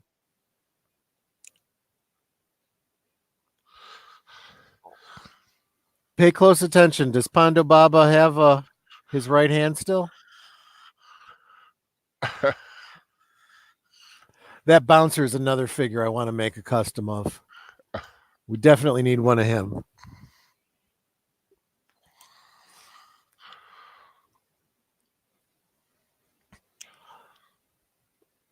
Owen Lister was saying Jim Carrey and Robin Williams together on the holiday special as Stormtroopers just starting the first day on the job.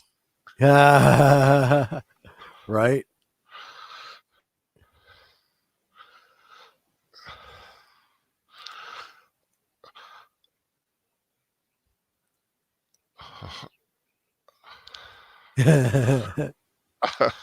Okay, these two together work pretty good.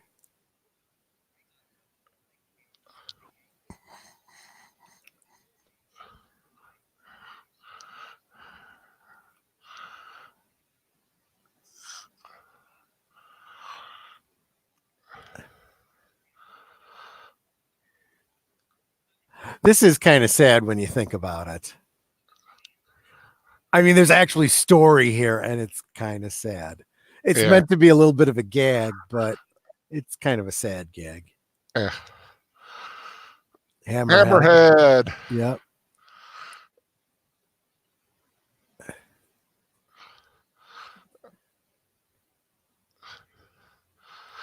I always liked Hammerhead. He was one of my favorites. He was one of those figures that I picked him up and didn't even remember having seen him in the movie. Yeah.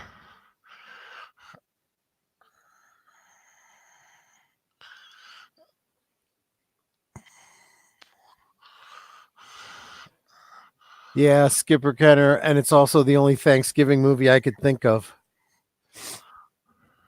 Hey, Big Al, are we doing are we going to go with Adam's Family Values next week? I was thinking about it. I don't have any other better idea. Okay. So there you go, folks. Next week, Adam's Family Values. As long as everybody's okay with starting with the second film in a franchise as opposed to the first.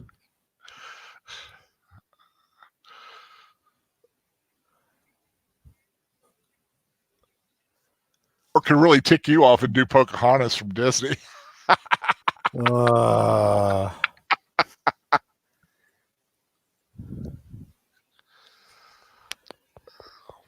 Yeah, well, then maybe you can get Professor Geek on the show then for that one.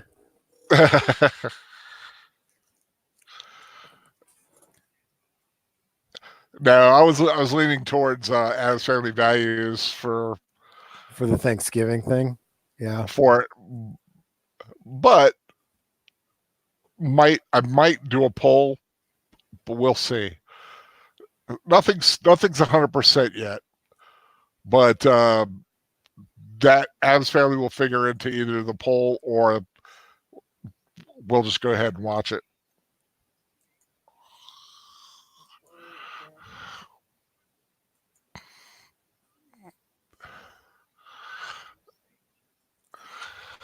Now, I mean, I'm sure you can tell this is not the same set, but they did try to give, the aesthetic of the cantina. Yeah. But all the canisters behind her are like Tupperware. Yeah.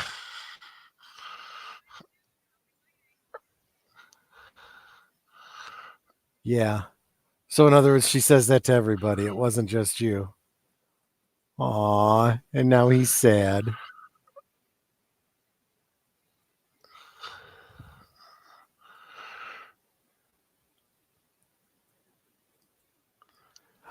Melissa Harris, we've done a Back to the Future rewatch.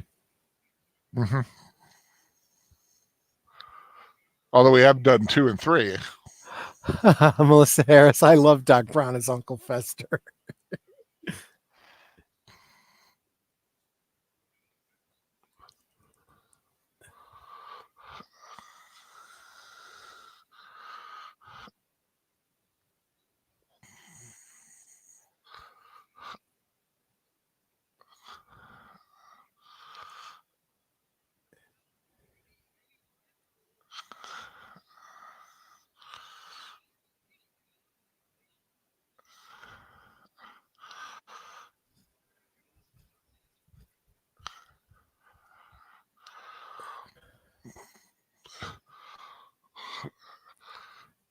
Torque. Now, it makes you wonder if that's T-O-R-K or T-O-R-Q. I'm thinking TORQ. I don't know. Although I'll be honest with you, if we were to do a little searching on the interwebs, I'll bet it's appeared in print somewhere. Not to mention that I think you can find the script for this out there somewhere. It could be a double R too. True. So you see that lump there is supposed to be Harvey Korman, but he doesn't actually have to physically be there.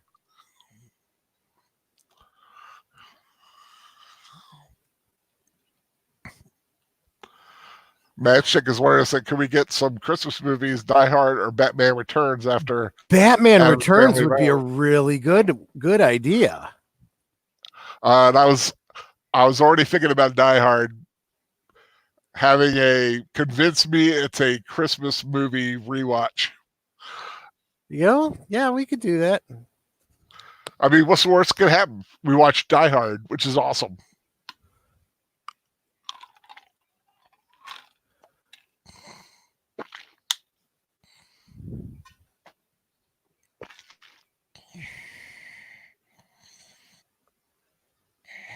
Well, that's pretty drastic.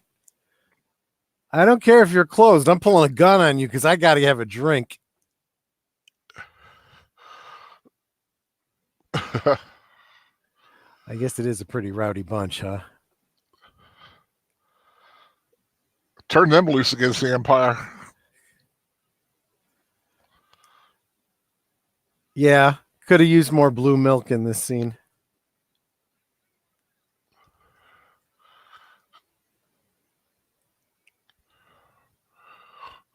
Run a tab for the Empire. Ooh, the little slow version of it. Yep.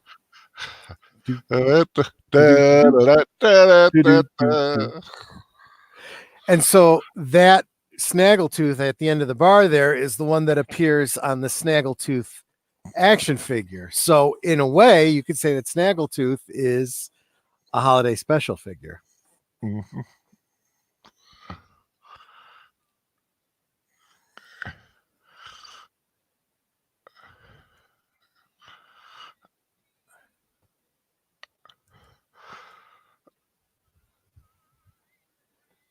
This is the 70s in a nutshell. Yep. This isn't a bad song, though. No. We'll just burst out in song in the middle of a sketch. So Skipper Kenner, is Joe actually watching? And is he doing it of his own volition? Oh, Melissa Harris is suggesting Freaks for next Halloween. That would be good. Oh.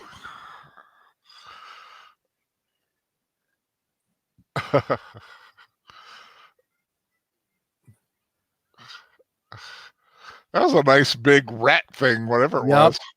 Yep.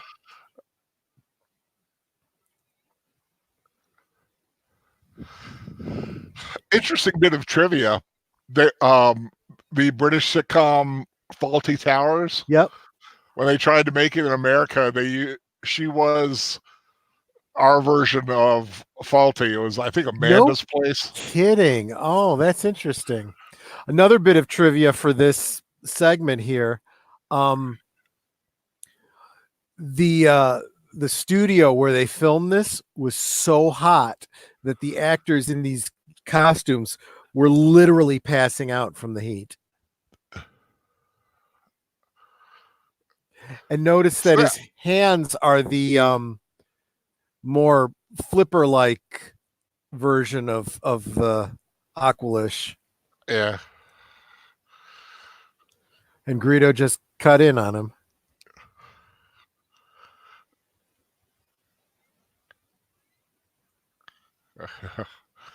Everybody wants that last dance. Well, did you notice that so many of them now have passed out or are getting up and dancing? Because that last round must have been super strong. It's like, let's get them all so wasted that we can usher them out the door. Yeah, it's sad that if you got that many people wearing that kind of heavy headpieces and stuff, yeah, you can't pump up the AC a little bit. God.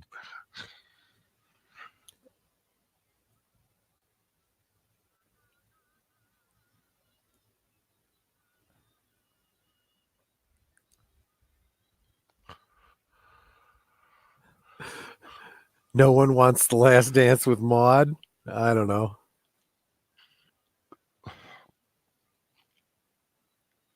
No one in this show is doing anything of their own volition.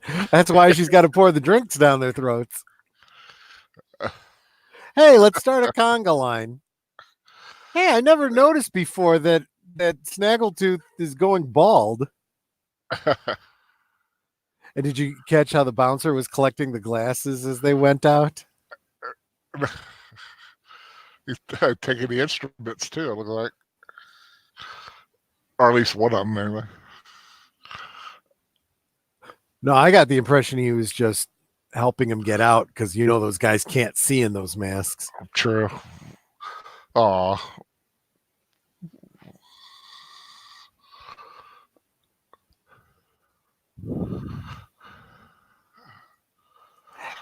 Unless I'm mistaken, that's what's her name who's playing Lumpy. Patty Maloney. Yeah. Mahoney.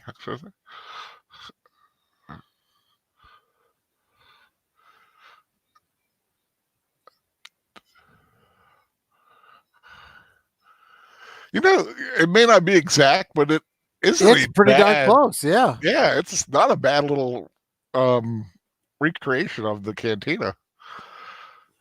Oh, I never caught that before, that Harvey Korman stayed behind to give her the flower. Kind of almost infers that there's more story there.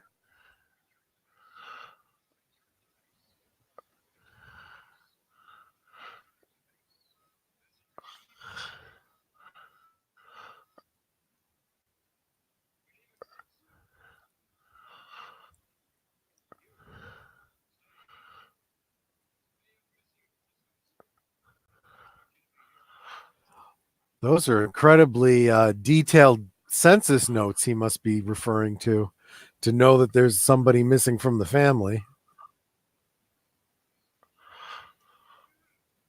Matchstick, you're talking about Black Christmas. I believe the Fan Man will be doing a Black Christmas rewatch sometime during the Christmas season on one of the Friday night frights. A rewatch. Of course, if all things go according to plan, this Friday night, Black Friday, the Fan Man will be watching Chopping Mall. Uh-oh. Uh-oh. Don't you dare hurt him. Her, it, whatever. Yeah, don't you assume his pronouns. The irony is I just did, right? Yep. Okay, now in this instance, I can kind of understand the stormtrooper smashing the thing.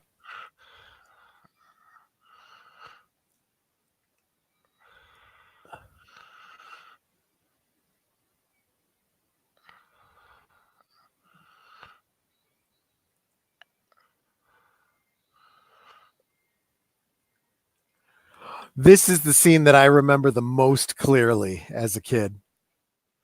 And the Wilhelm scream. Wilhelm scream, yes.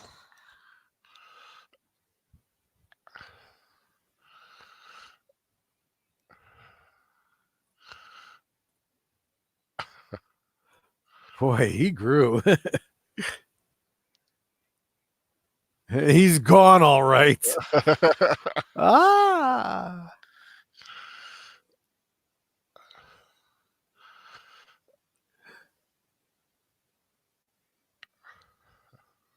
The heroes lose against the rebel terrorists scum. I will say though, of all the Star Wars outfits, I always liked Han Solo's. Yep. Nice classic lines, functional. And I love the extended history that, the stripes on the side of his pants had something to do with, his history. The Corellian stripe, yeah. Yeah. Or the blood stripe or something like that it's called. I forget.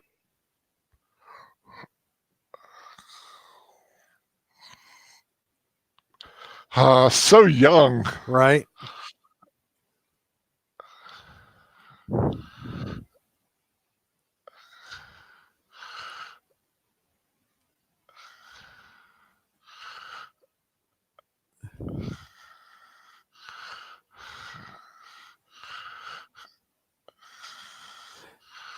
You better get that railing fixed before someone gets hurt.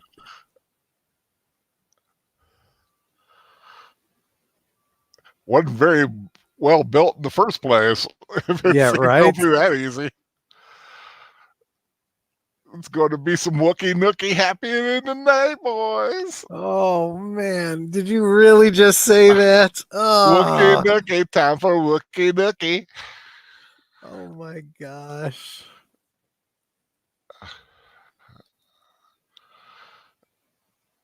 Look at that. Aw. Let's make Lumpy a little brother or sister. Agent Boomer, it's because it's Al. That's what he does.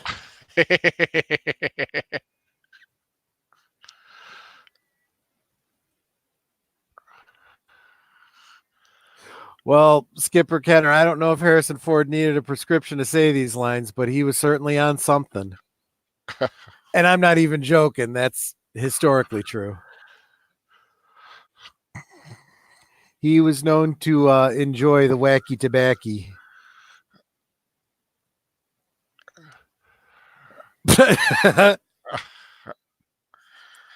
You sure know how to make a guy feel welcome.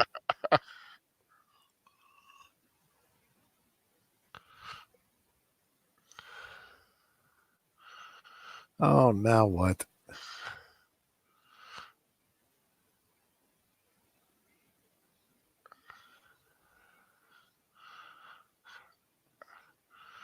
Uh-oh.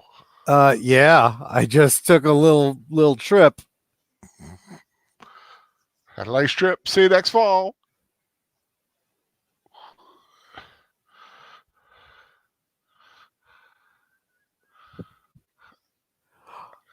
Oh, this was actually kind of clever.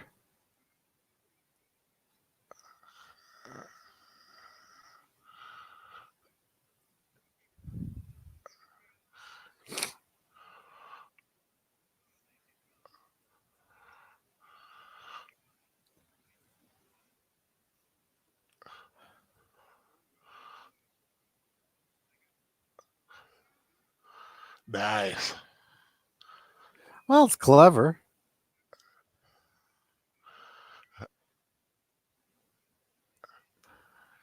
Oh, and Lister. Great. You guys got me thinking about Wookiee mating and all the awful noises they'd be making. Yeah, pretty much like their regular conversation.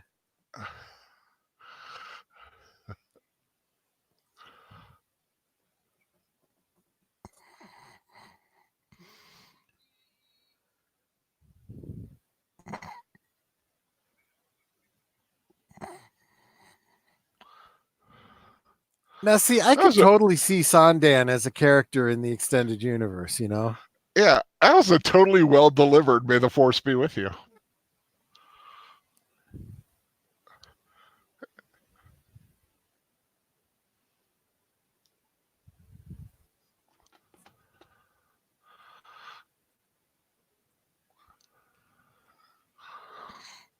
Okay, let's pick up our Christmas ornaments.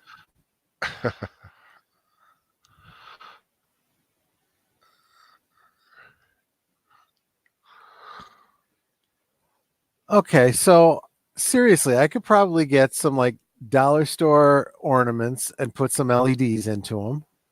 Mm-hmm. I'll work on that for next year. Oh, they're kind of like snow globes. Well, that should be easy enough. In fact, I'll bet those actually were like some sort of decor thing back in the 70s.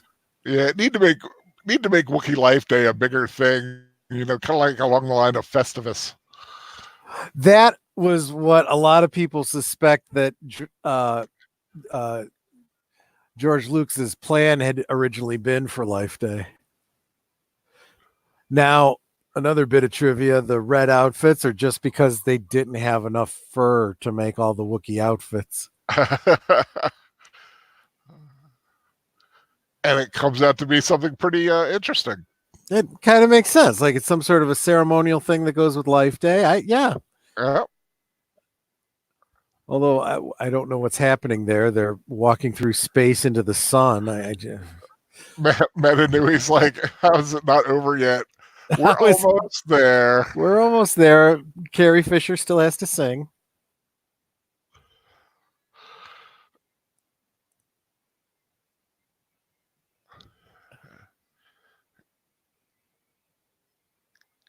It kind of sounds like Wookiee singing.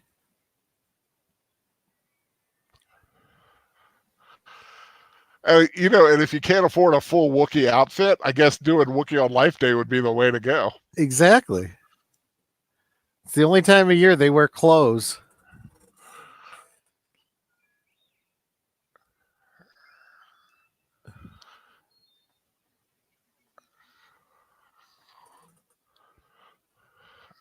Oh, gosh. This is cringy.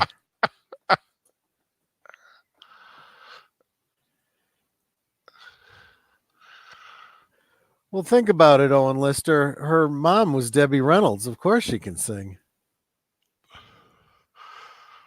But even more important, was she wearing a bra? She wasn't earlier when she tripped around the desk. I don't know about now. I don't think she was wearing one there either. She didn't wear one through the first movie.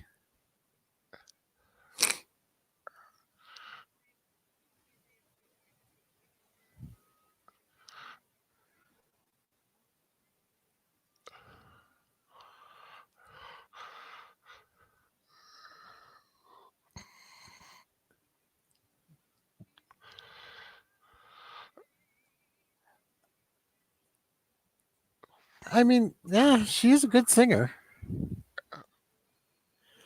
And believe it or not, she wanted to sing this song. Hey, got to give her credit.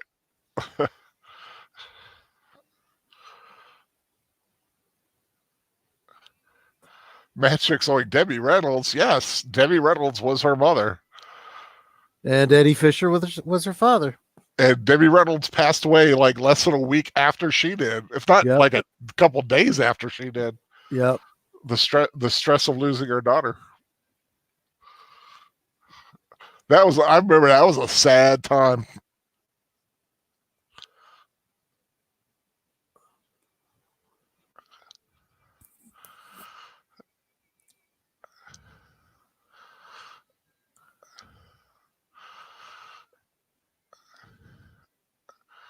And you notice that they use the basic bass line of the Star Wars theme for this. Yeah. Matchstick, if we got to explain who Debbie Reynolds is, go Google. Seriously? Young whippersnappers. Yeah, you got to look her up. She's awesome.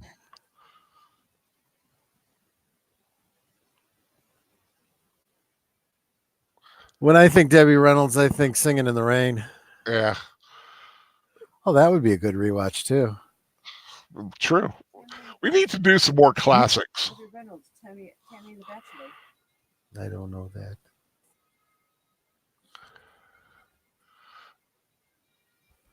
Okay, now let's watch some stock footage just for the heck of it. But hey, we got the Star Wars music, so that should be exciting.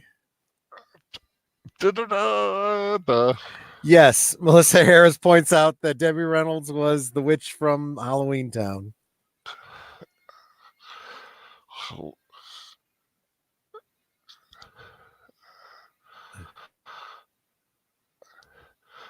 And just remember, these are the scenes from before it got all...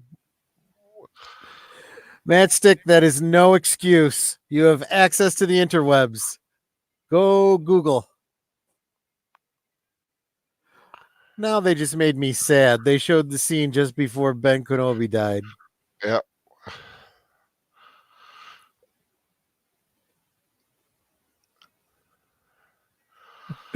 Oh, Skipper, you should end this podcast before the suicide rates go up.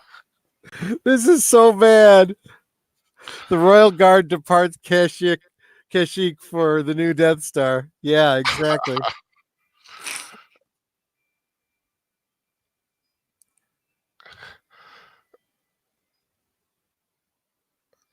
But it's a very sweet concept for a holiday. Yeah. It's a beautiful concept for a holiday. And then, family dinner afterwards with a bunch of empty bowls. Yep. Did you catch that? Yep. Well, maybe they've eaten it and licked them clean. Yeah, right. It could very well be. Hey, just if you ever see any of my plates after a nice meal of beef stroganoff, that Oh plate's yeah, cleaner yeah. than that plate's cleaner than it was before. Owen Again, Lister has a good suggestion for a rewatch. The 1950s War of the got Worlds. it, got it ready, and just waiting for a chance to watch it. I Can love we that bring film. the singer lady back?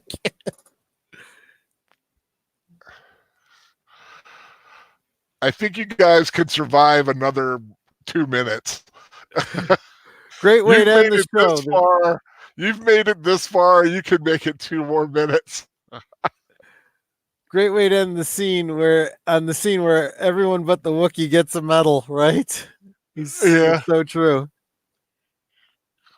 I Yay! I still say he got a medal. He was just too tall for her Yeah. to do it. Plus, in the book, in the novel, he does get one, Yep. and she had to stretch to put it on him. Yep. Da, da, da, da, da. And I've always been of the mind that stuff that was in the novel was still canon. It was just stuff that happened like off screen or whatever, you know? Illustrations by Ralph McQuarrie. Yep. Oh yeah, those scenes of the exterior of the house, those were Ralph McQuarrie paintings. Oh, I missed what was on next. I don't know, something with Bobby Sherman. And Lyle Wagner. Oh, there you go. Well, we missed him in Wonder Woman, so you know. Yeah, you gotta get your fill of him. Those gleaming teeth.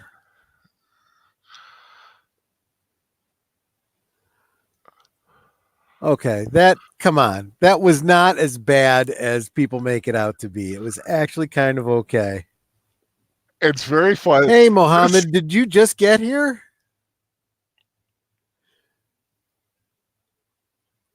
So that's what we should watch. We should rewatch the pilot episodes of Wonder Woman and the Incredible Hulk.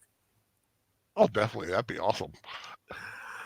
Okay, so that was the holiday special, everyone. Was the holiday special. God, what a wonderful time! And yes, I am sure most of you are glad it's over. I am not glad it's over because I was having a good old time. It's so bad it's fun. Yep. You have fun making fun of it, and that's the one thing about sometimes when we watch a bad movie, it's fun to make fun of some of the stupid things that come about in it. Aged Boomer, imagine if they aired one of these a week. Yeah, it would be called The Mandalorian. The directors Hey, don't fuss on The night. Mandalorian. I haven't even seen it. I have no idea. The only thing I know about it is the fact that I can appreciate the fact that it does kind of pay homage to the to this. So in that regard, at least I can say that's pretty cool. Yeah, the weapon that Boba Fett has in this, the Mandalorian has in that one, and it is more devastating than you realize it is because that sucker one shot just like disintegrates people. And I get and so that would lend credence to the whole, you know, where the whole disintegration thing comes from with Boba Fett. Yeah. Agent Boomer, this is the first and last time I will rewatch the Star Wars Holiday Special. Well, I was gonna say, guys, I enjoyed this so much that I think what I might do is make this an annual thing. Although it won't be a Big Al rewatch. Obviously, he'll do his thing, and then I'm gonna move a Troy Pacelli rewatch. I'm gonna move the annual holiday special to the Friday before Thanksgiving from now on my channel. Which is when it initially did. So we were only one day late, but you know, Saturday night is the rewatch night that I think everybody kind of has fun with. And yes, like I said, next week, not 100%. I am leaning towards Addams Family Values, but that could be iffy if something else pops up, or I kind of have a couple of ideas. But we'll know by Wednesday. Okay. Uh, And remind me by Wednesday if I haven't, and oh, if I I will. haven't, and if I haven't decided by Wednesday, we'll just watch Adam's Family Values. Well, we'll Chances definitely are, talk about it on Tuesday. I'm going to yeah, try to push you into making a Tuesday night. decision then. We'll make a decision Tuesday night. We'll make a decision on Tuesday night. Mohammed, I'm sorry that you missed it. You do say you wish you were here, but I'm not sure if had you been here, you might not have wished that. Sorry you're not. Sorry you're feeling a bit down, but Yes, we're glad you're here. I know some of you felt like that you have been assaulted, and you may need to see a specialist. And I know the little Star Wars holiday rape kits will be available at your local social. Skipper God. Kenner, I can't feel the right side of my body. Everything is numb and cold. I'm scared. Oh gosh, a Paul Lynde holiday special. I remember a Paul Lynde Halloween special. I don't know about like a Christmas type special. Yeah, I don't know. Some of those old holiday specials, being like Bob Hope. Yeah. Those were fun and awesome, but they are very 70s, and I just wonder how like today's like 17 to 25-year-olds who've never experienced anything like that would get, or even up to like 30-year-old, how they would react to something like that. Owen Lister made a great suggestion.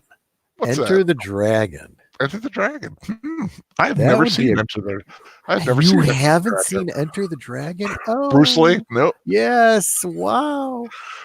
Yep. I have seen only one or two. I forget which one. I forgot.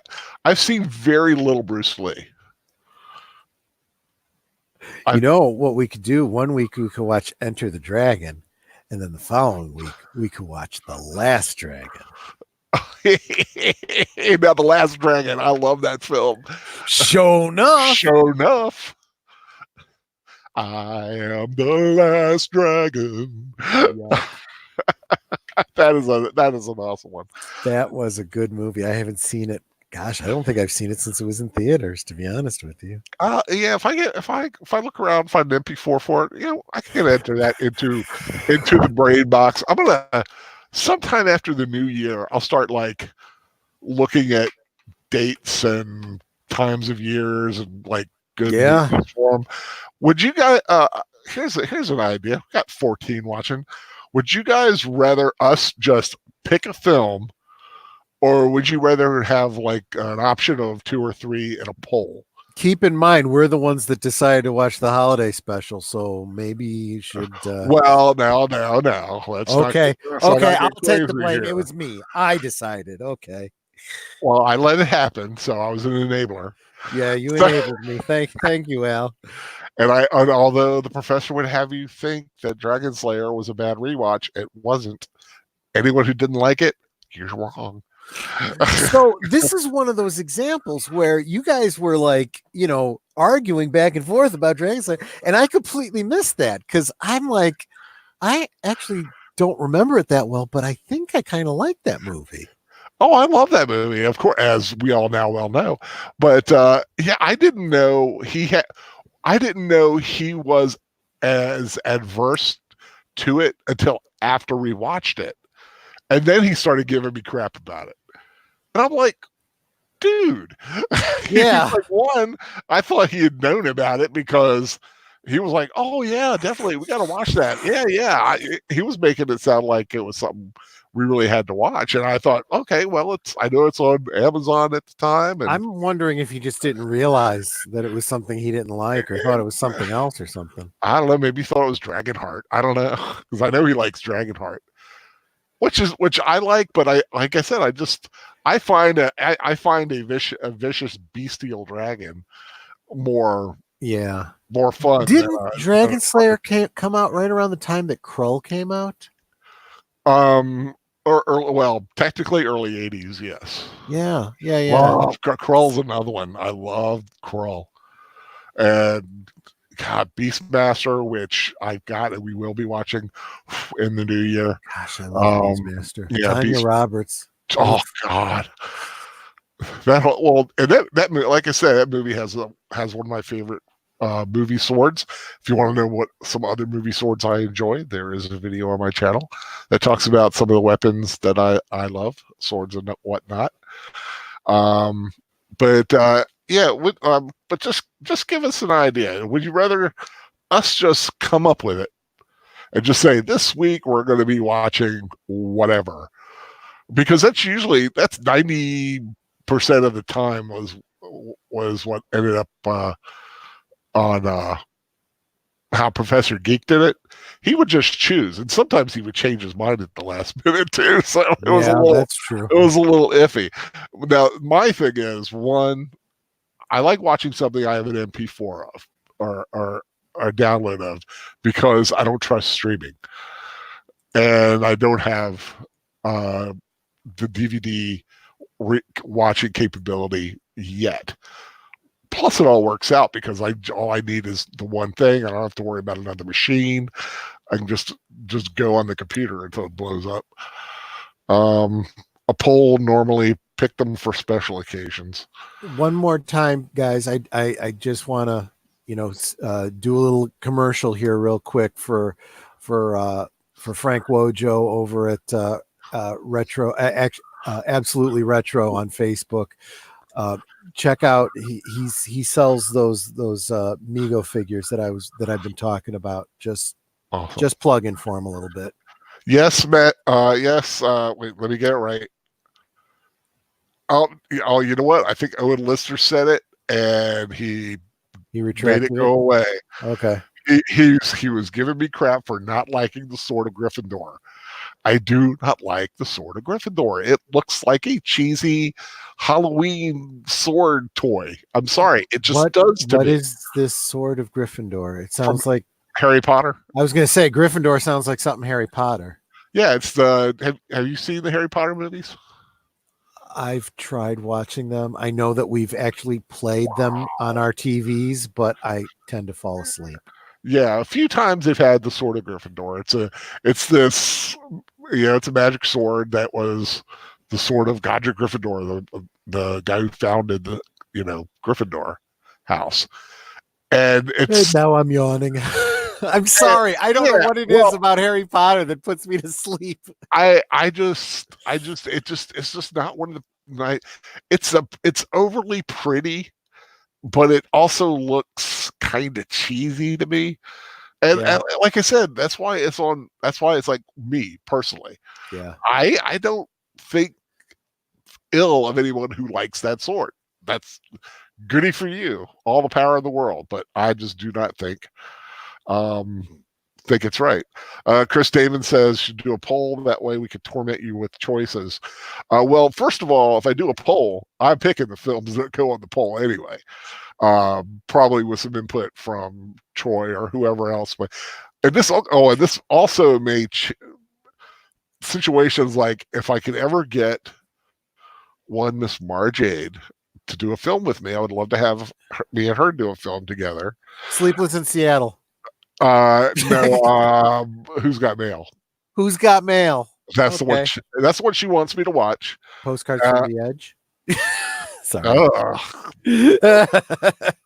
When Harry Met Sally, I'd watch again. I like that movie. Oh yeah, that's a great movie. Joe versus the volcano. Oh God, no! I paid money to go see that damn movie, and I sat there and watched them float on the ocean for I don't know how long, waiting for something to happen. Now, we just watched the Star Wars Holiday Special. If we can watch the Star Wars Holiday Special, you can watch. I can sit through anything. I can sit through anything on here when I'm talking with people. Yeah, that's no problem. But I just remember watching Joe versus Volcano, coming out of that movie, not really sure what the hell I just watched. Very much like the Star Wars Holiday Special. But it's an odd film, and it may take a rewatch of it. I'm not going to say I'm going to put it on the list or anything. It may take me seeing it again, but you never see this film showed. Have you? I rarely ever see this on like TV or even like a weird movie channel. I never see them play that film. I guess I don't know. It's got some interesting concepts in it, and there are some things that maybe my memory's not playing too well. I knew he said the Basilisk was cool. Yeah, I like the Harry Potter movies, unlike Troy, I guess. So earlier, well, I don't dislike them. It's just for whatever reason, I've kind of just zoned out when I watch them, and that's not typical for me. Although, as far as rewatches go, I think we should probably throw in one that Melissa Harris mentioned way earlier in the stream. What about Andy Warhol's Batman versus Dracula? Now there's an acid trip for you if you've ever seen any portion of that. I've never seen any portion of that. Yeah, most people haven't. It's hard to find and very weird. Yeah. What's the other one he did? He did something else. Andy Warhol's Frankenstein? Yeah, something. Nanette has a great idea. Joe's Apartment. Have you ever seen that? Oh, is that the one with the cockroaches? Yeah. Welcome to Joe's Apartment. That's apartment too. Okay, not Ryan Reynolds, but the guy I always get mistaken. The guy from Sliders. What's his name? Yeah. Oh God, help me. I like him. He's. I do too. Oh, Jerry O'Connell. Jerry O'Connell. Yeah. Who is married to Rebecca Romaine? Lucky bastard. I didn't even realize that. Oh, yes. That's awesome. Yeah. Yes.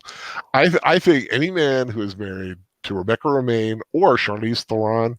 Although I gotta say, it kind of broke my heart when she broke up with John Stamos. So I know that was sad. I'm still, rooting for them to get back together. Well, don't tell that Jerry. Yeah, Jerry. Yeah, right.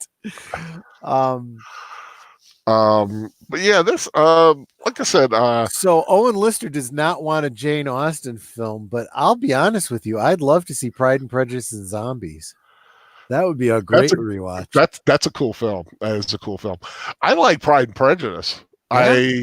Me too, but Pride and Prejudice and Zombies, Yeah, but which one do you like? The the Keira Knightley version is cute. I like that one. It's nice, yeah.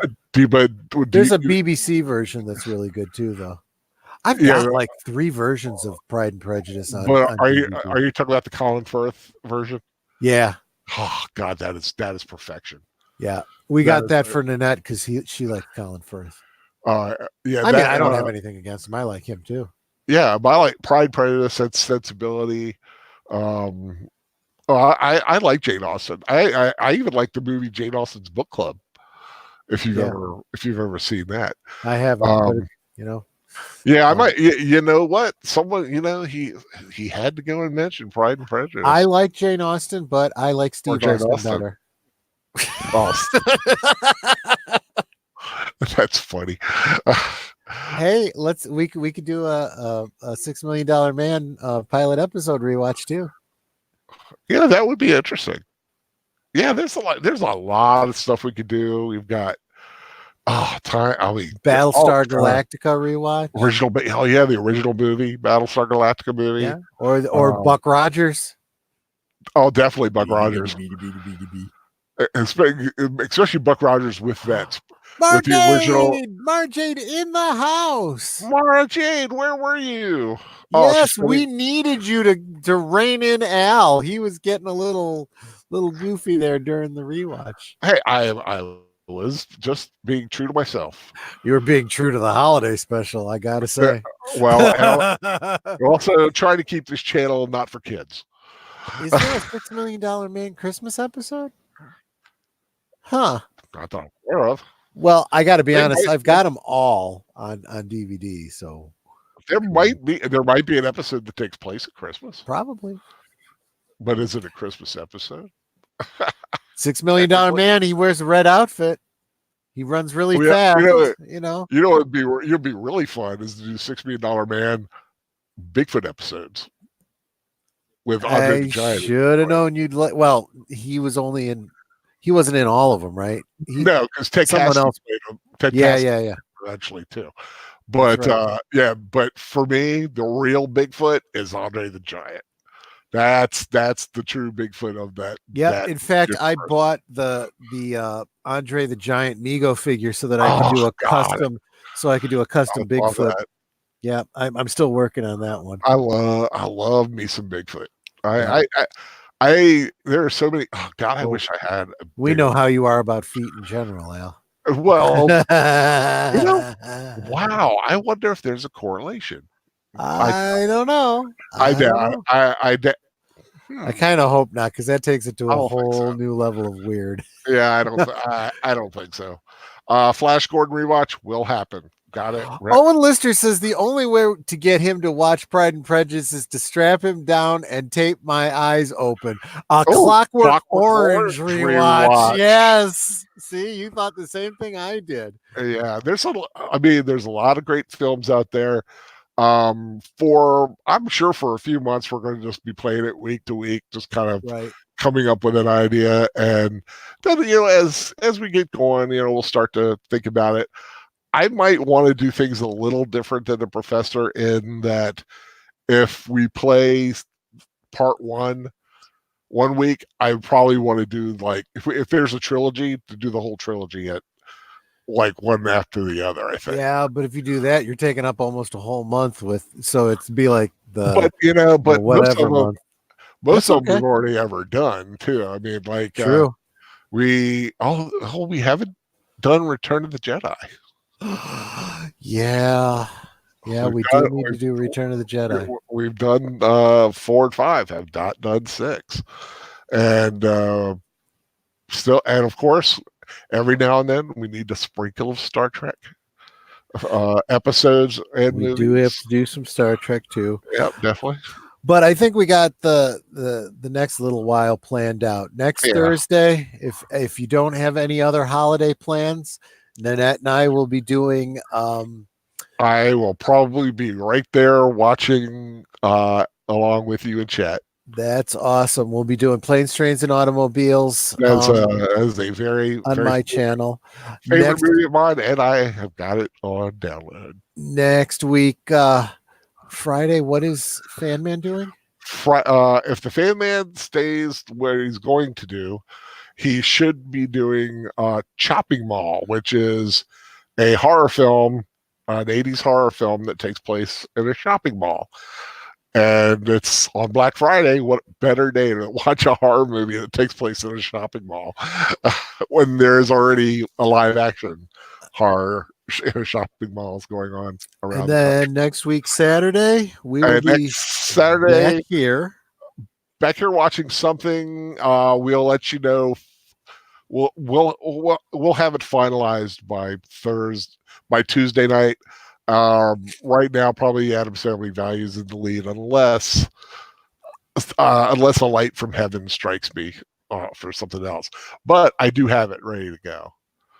So I'm ready I'm ready if that's what we go with. I was just trying to find if there was another like more Thanksgiving-y type movie. Yeah, because you took the best one.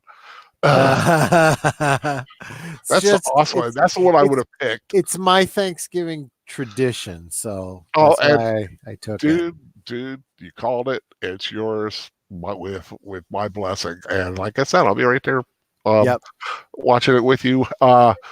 Unless something else is weird is on. Well, someone did mention Charlie Brown Thanksgiving, but that's only a half-hour thing. So I mean, he could almost do that as a lead-in to whatever he's doing, as the cartoon before the movie. And I do have it, so it's on Daily Motion, so everybody can watch it if they want to. And there's a few things I'd like to. I'm gonna be cruising. I'm gonna still be cruising and see what I can get. I would love to do Rudolph the Red-Nosed Reindeer, and it may not even be something like that. May not even need to be on a Saturday night. I might pull something out and just like give a 1-day notice of like I'm going to rewatch at 10 o'clock tonight, something like that. Just out of nowhere, just for fun. But definitely with the Christmas season up, lots of choices out there. You know what? Want to do, for sure, though, I want to do Die Hard. because I want people to try to convince me that it's a Christmas movie. We're going to watch, we're going to analyze, and like I said, I will either one be convinced it's a Christmas movie and join the fray, or hey, I'll watch Die Hard. I think that Adam's Family Values is probably locked in for next week because guess what? Mara Jade is fired up about it. So let's. Oh God, yep. Yep. The hands of the scale are tipping. Yeah. See, and my lady likes the Addams Family Values. So there you go. I think that's a done deal. Final decision though will be made on Tuesday. Matchstick. I've never seen Venture Brothers, but I would not a Venture Brothers guy. I don't know much really about it. I am not opposed to it, although I think that Archer rewatch might be kind of fun. I've never watched Archer. That's some good stuff. I mean, I know what it is. I've seen snippets, but I've never watched it's fun. It's fun, very funny. Oh, Nanette likes it. Sure it is. I'd like to watch some of the classic Johnny Quest. I'm all for that too. That is a live action show that needs to happen. A live action Johnny Quest. Unfortunately, with modern Hollywood, they'd ruin it. Yeah, and because they would not want to do Haji the correct way. Oh my gosh, right? I mean, come on. Get with it, Hollywood. And they probably gender swap Johnny into Jenny Quest or something like that. No, it'd be Rachel Bannon instead of Race Bannon. Oh gosh. they would make it the bodyguard would be the female. Oh gosh. Or Professor Benson Quest would be Betty Quest. Yeah. I don't know. But it'd be a lot of fun though. Let's see what's going on. Okay, Mara Jade saying it is a Christmas movie. Gotta have to convince me. I don't think it is. I think Mara Jade can probably convince you of just about anything. Not everything. Not everything. Okay. But I am more than willing to let Bye, Melissa Harris. Glad you were here. Thank you for joining us. The fact that you made it this long means a lot. Yes. Our hardcore fans, and I must say we got 14 watching, 13 thumbs up and 1 thumbs down, which shocking me. It's only 1 thumbs down thanks to what we just watched. Actually, I'm you might want to refresh because I'm seeing 14 thumbs up. So, oh, cool. Well, I think someone that checked out has given us the thumbs down. I might be a tick behind. I don't know. Well, I am. YouTube usually runs a little slower than live, but like I said, I got 14 watching. But it's a good, for my amount of subscribers, 14 is a good number.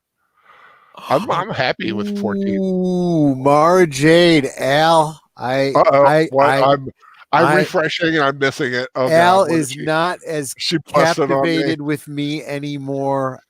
I have little influence. Oh, Al. Hey, Al. now, woman, listen to me.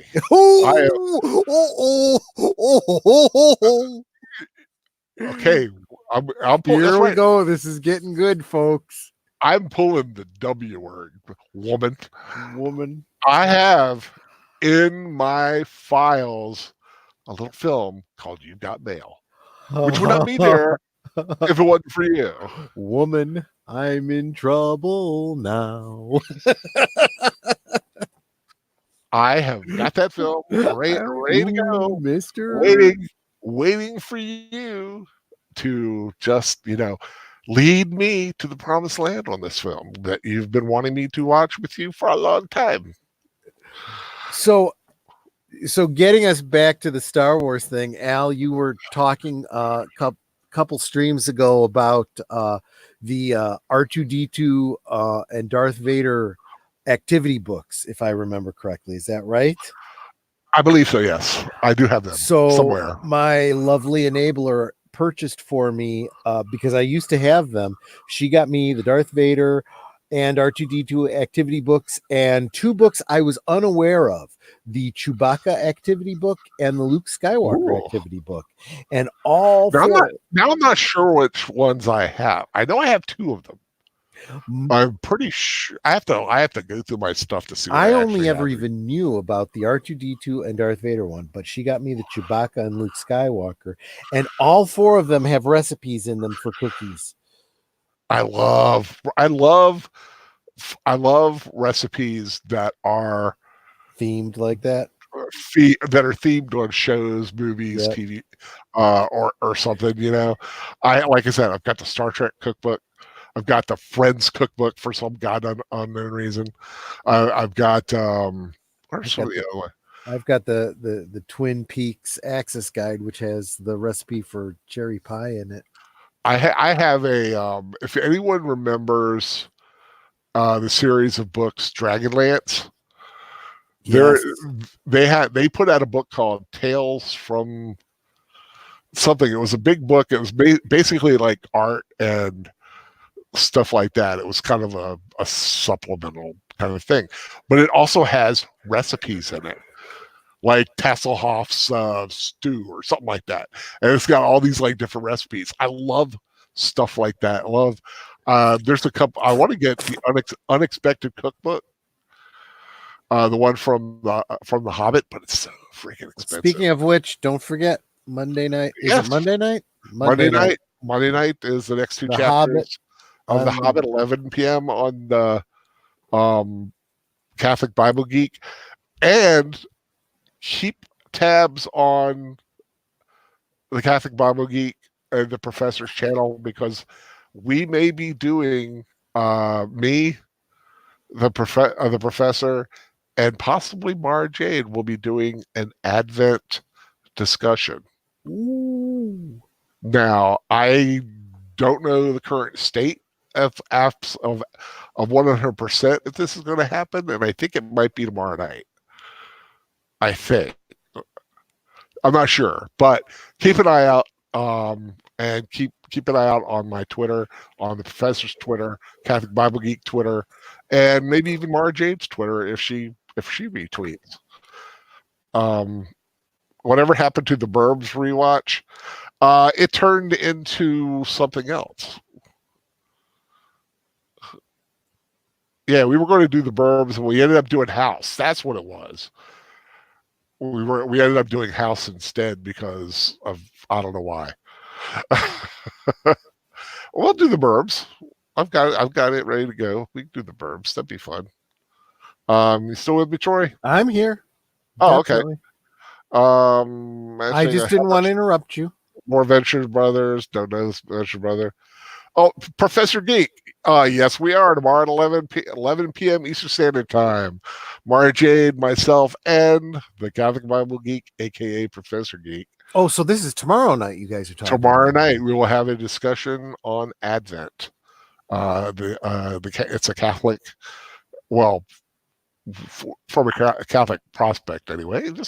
I think it's going to be like what it means to us, what we get out of it, how we celebrate it, maybe some stuff like that. So yeah, that'll be tomorrow night, and then Monday night doing the Hobbit.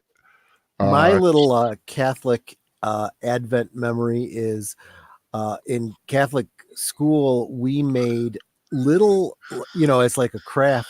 We made little Advent wreaths out of 4 eggs of the egg carton, and they put little clay at the bottom, and birthday candles. Oh, okay.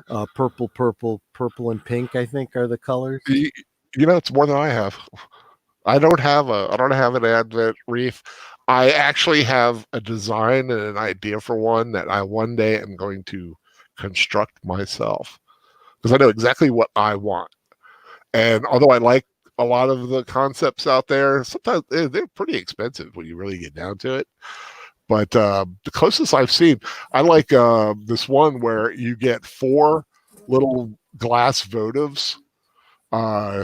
3 are purple and 1 is like a rose pink, and you can put little tea lights in it, and those 4 are and you kind of just set them up as the 4. Hey, Al, I don't know if you noticed this or not, but Nanette, who has a wrench, posted a link to a Hobbit Hobbit recipes like Hobbit for recipes. you. Yep. Yeah. Well, I've seen stuff online. Oh, and thank you. Let me take a look at this. Kitchen Overlord. Oh, is this actually like the book that's online? The book, and it's just like Take a all look kinds at of it. stuff. Oh, Taking a that's look a at it now. pretty. Kitchen That's a Overlord. pretty. Oh, I've seen this page before. Yeah. Ooh. How to eat like a hobbit. Afternoon tea. Yeah, that's cool. Some of those look really, really good. Yeah, I'm def. Oh, what is that? Stewed hare with root vegetables and herb. I was just looking at that. That looks so yummy. Those dumplings. Oh, second breakfast. What's that? You guys talk about that on your. You should talk about that on during your. What do you call it? The book study. Book study. Yeah. Yeah, I do. I love stuff like that. I actually have a few British cookbooks, pub cookbooks, things like that. I need like a high tea kind of a cookbook, like little sandwiches and things like that. Oh, yum yum. I love just these. I love just these simple cucumber sandwich. Yeah, and she pointed out that when you click on read more, it shows the recipe. Ooh, definitely gotta love that. Marjane has an Advent wreath and a Jesse tree. Sweet. Casey Scott, Advent. What's that? If you want to know what it is, tune in to the Catholic Bible Geek tomorrow at 11 p.m. Yep. And you will find out. Okay, well, we are running out of time, Steve. And I'm running out of steam, yeah. Yeah, I am too. I'm going, oh God.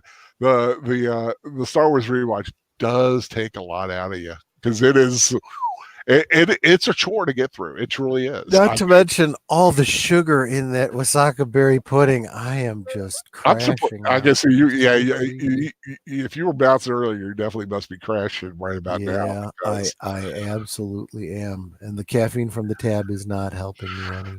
Nah. Yeah, you're at that point where it's time to pull the cord and go to sleep. And Owen Lister's gotta go. Bye, Owen. Bye, Owen. Thanks for joining us. Professor Geek saying hi to Nanette. Nanette, if you didn't see that. I do. Like I said, once again, I don't know if she heard me, but thank you for that little recipe thing. Sometimes I'll go and I'll like save stuff and I'll make myself a little. Okay. I've got all kinds of like recipes. I got to go through my docs and put all my recipes in a one folder.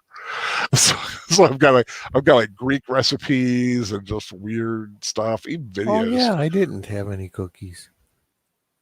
You had no cookies with your I haven't had any cookies. They're way over there on the table. I haven't had any. I'll get some in a little bit.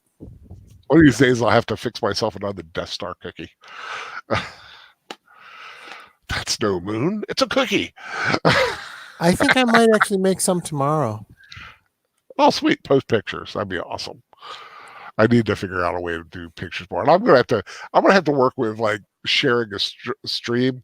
I mean, sharing a page. I tried it and it didn't happen. I'm gonna have to get the professor to help me with that. But like I said, it says your computer needs to be really good to do this. I was like, well, there you go. That's probably it right there. Give it up on that one. But I'd like to thank everybody who joined us tonight. I hope everyone has a wonderful life day. And like I said, I can't let you guys go without once again just remarking on the beautiful looks that Mala and Chewie were giving each other. And you know that there's some bucket chicka bow wow going on in the Wookiee home tonight. So Big Al Presents is not for children. Thank you, Copa. Bye. I'd like to thank Troy. Troy, is there anything else you want to push before we head on out? No. I think for now, let's just push for because Matanui was asking. Tomorrow night is the channel is the Catholic Bible Geek for the Advent talk. Monday night is the Hobbit Book study. book study on Catholic Bible Geek. Tuesday night is Right here, it's me and Troy. And have we decided what to call that? Are we calling it I don't know. Yeah, study group? I still like the idea of the study group. Still figuring it out. We'll Geeky get it. study group. We'll get it down. And then Thursday night, over to my channel for our first rewatch with Nanette.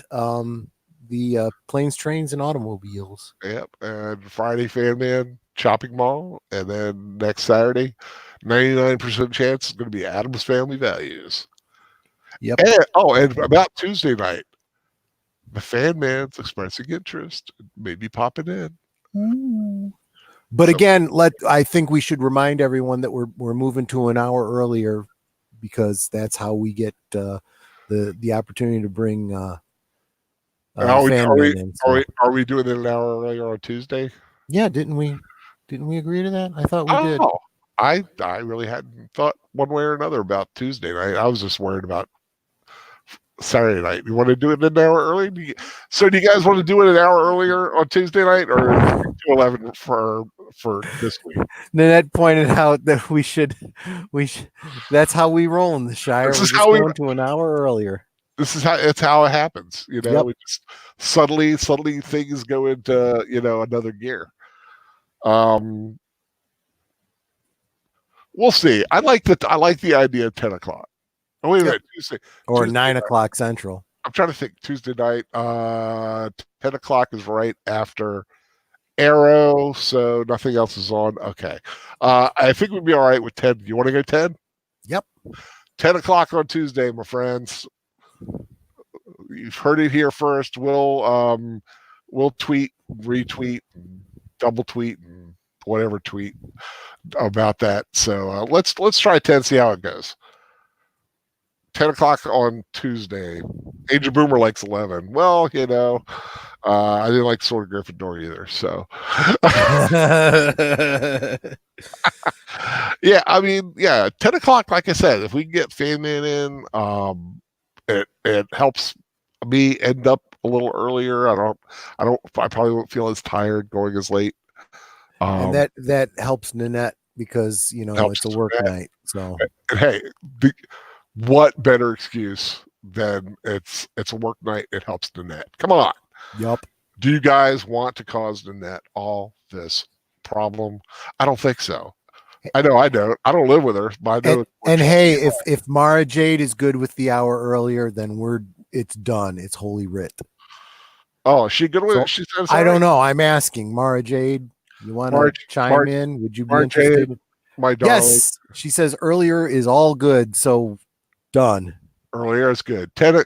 That's 10 o'clock. If the women folk like an hour earlier, I say we do it. She's all right. It's 7 o'clock her time.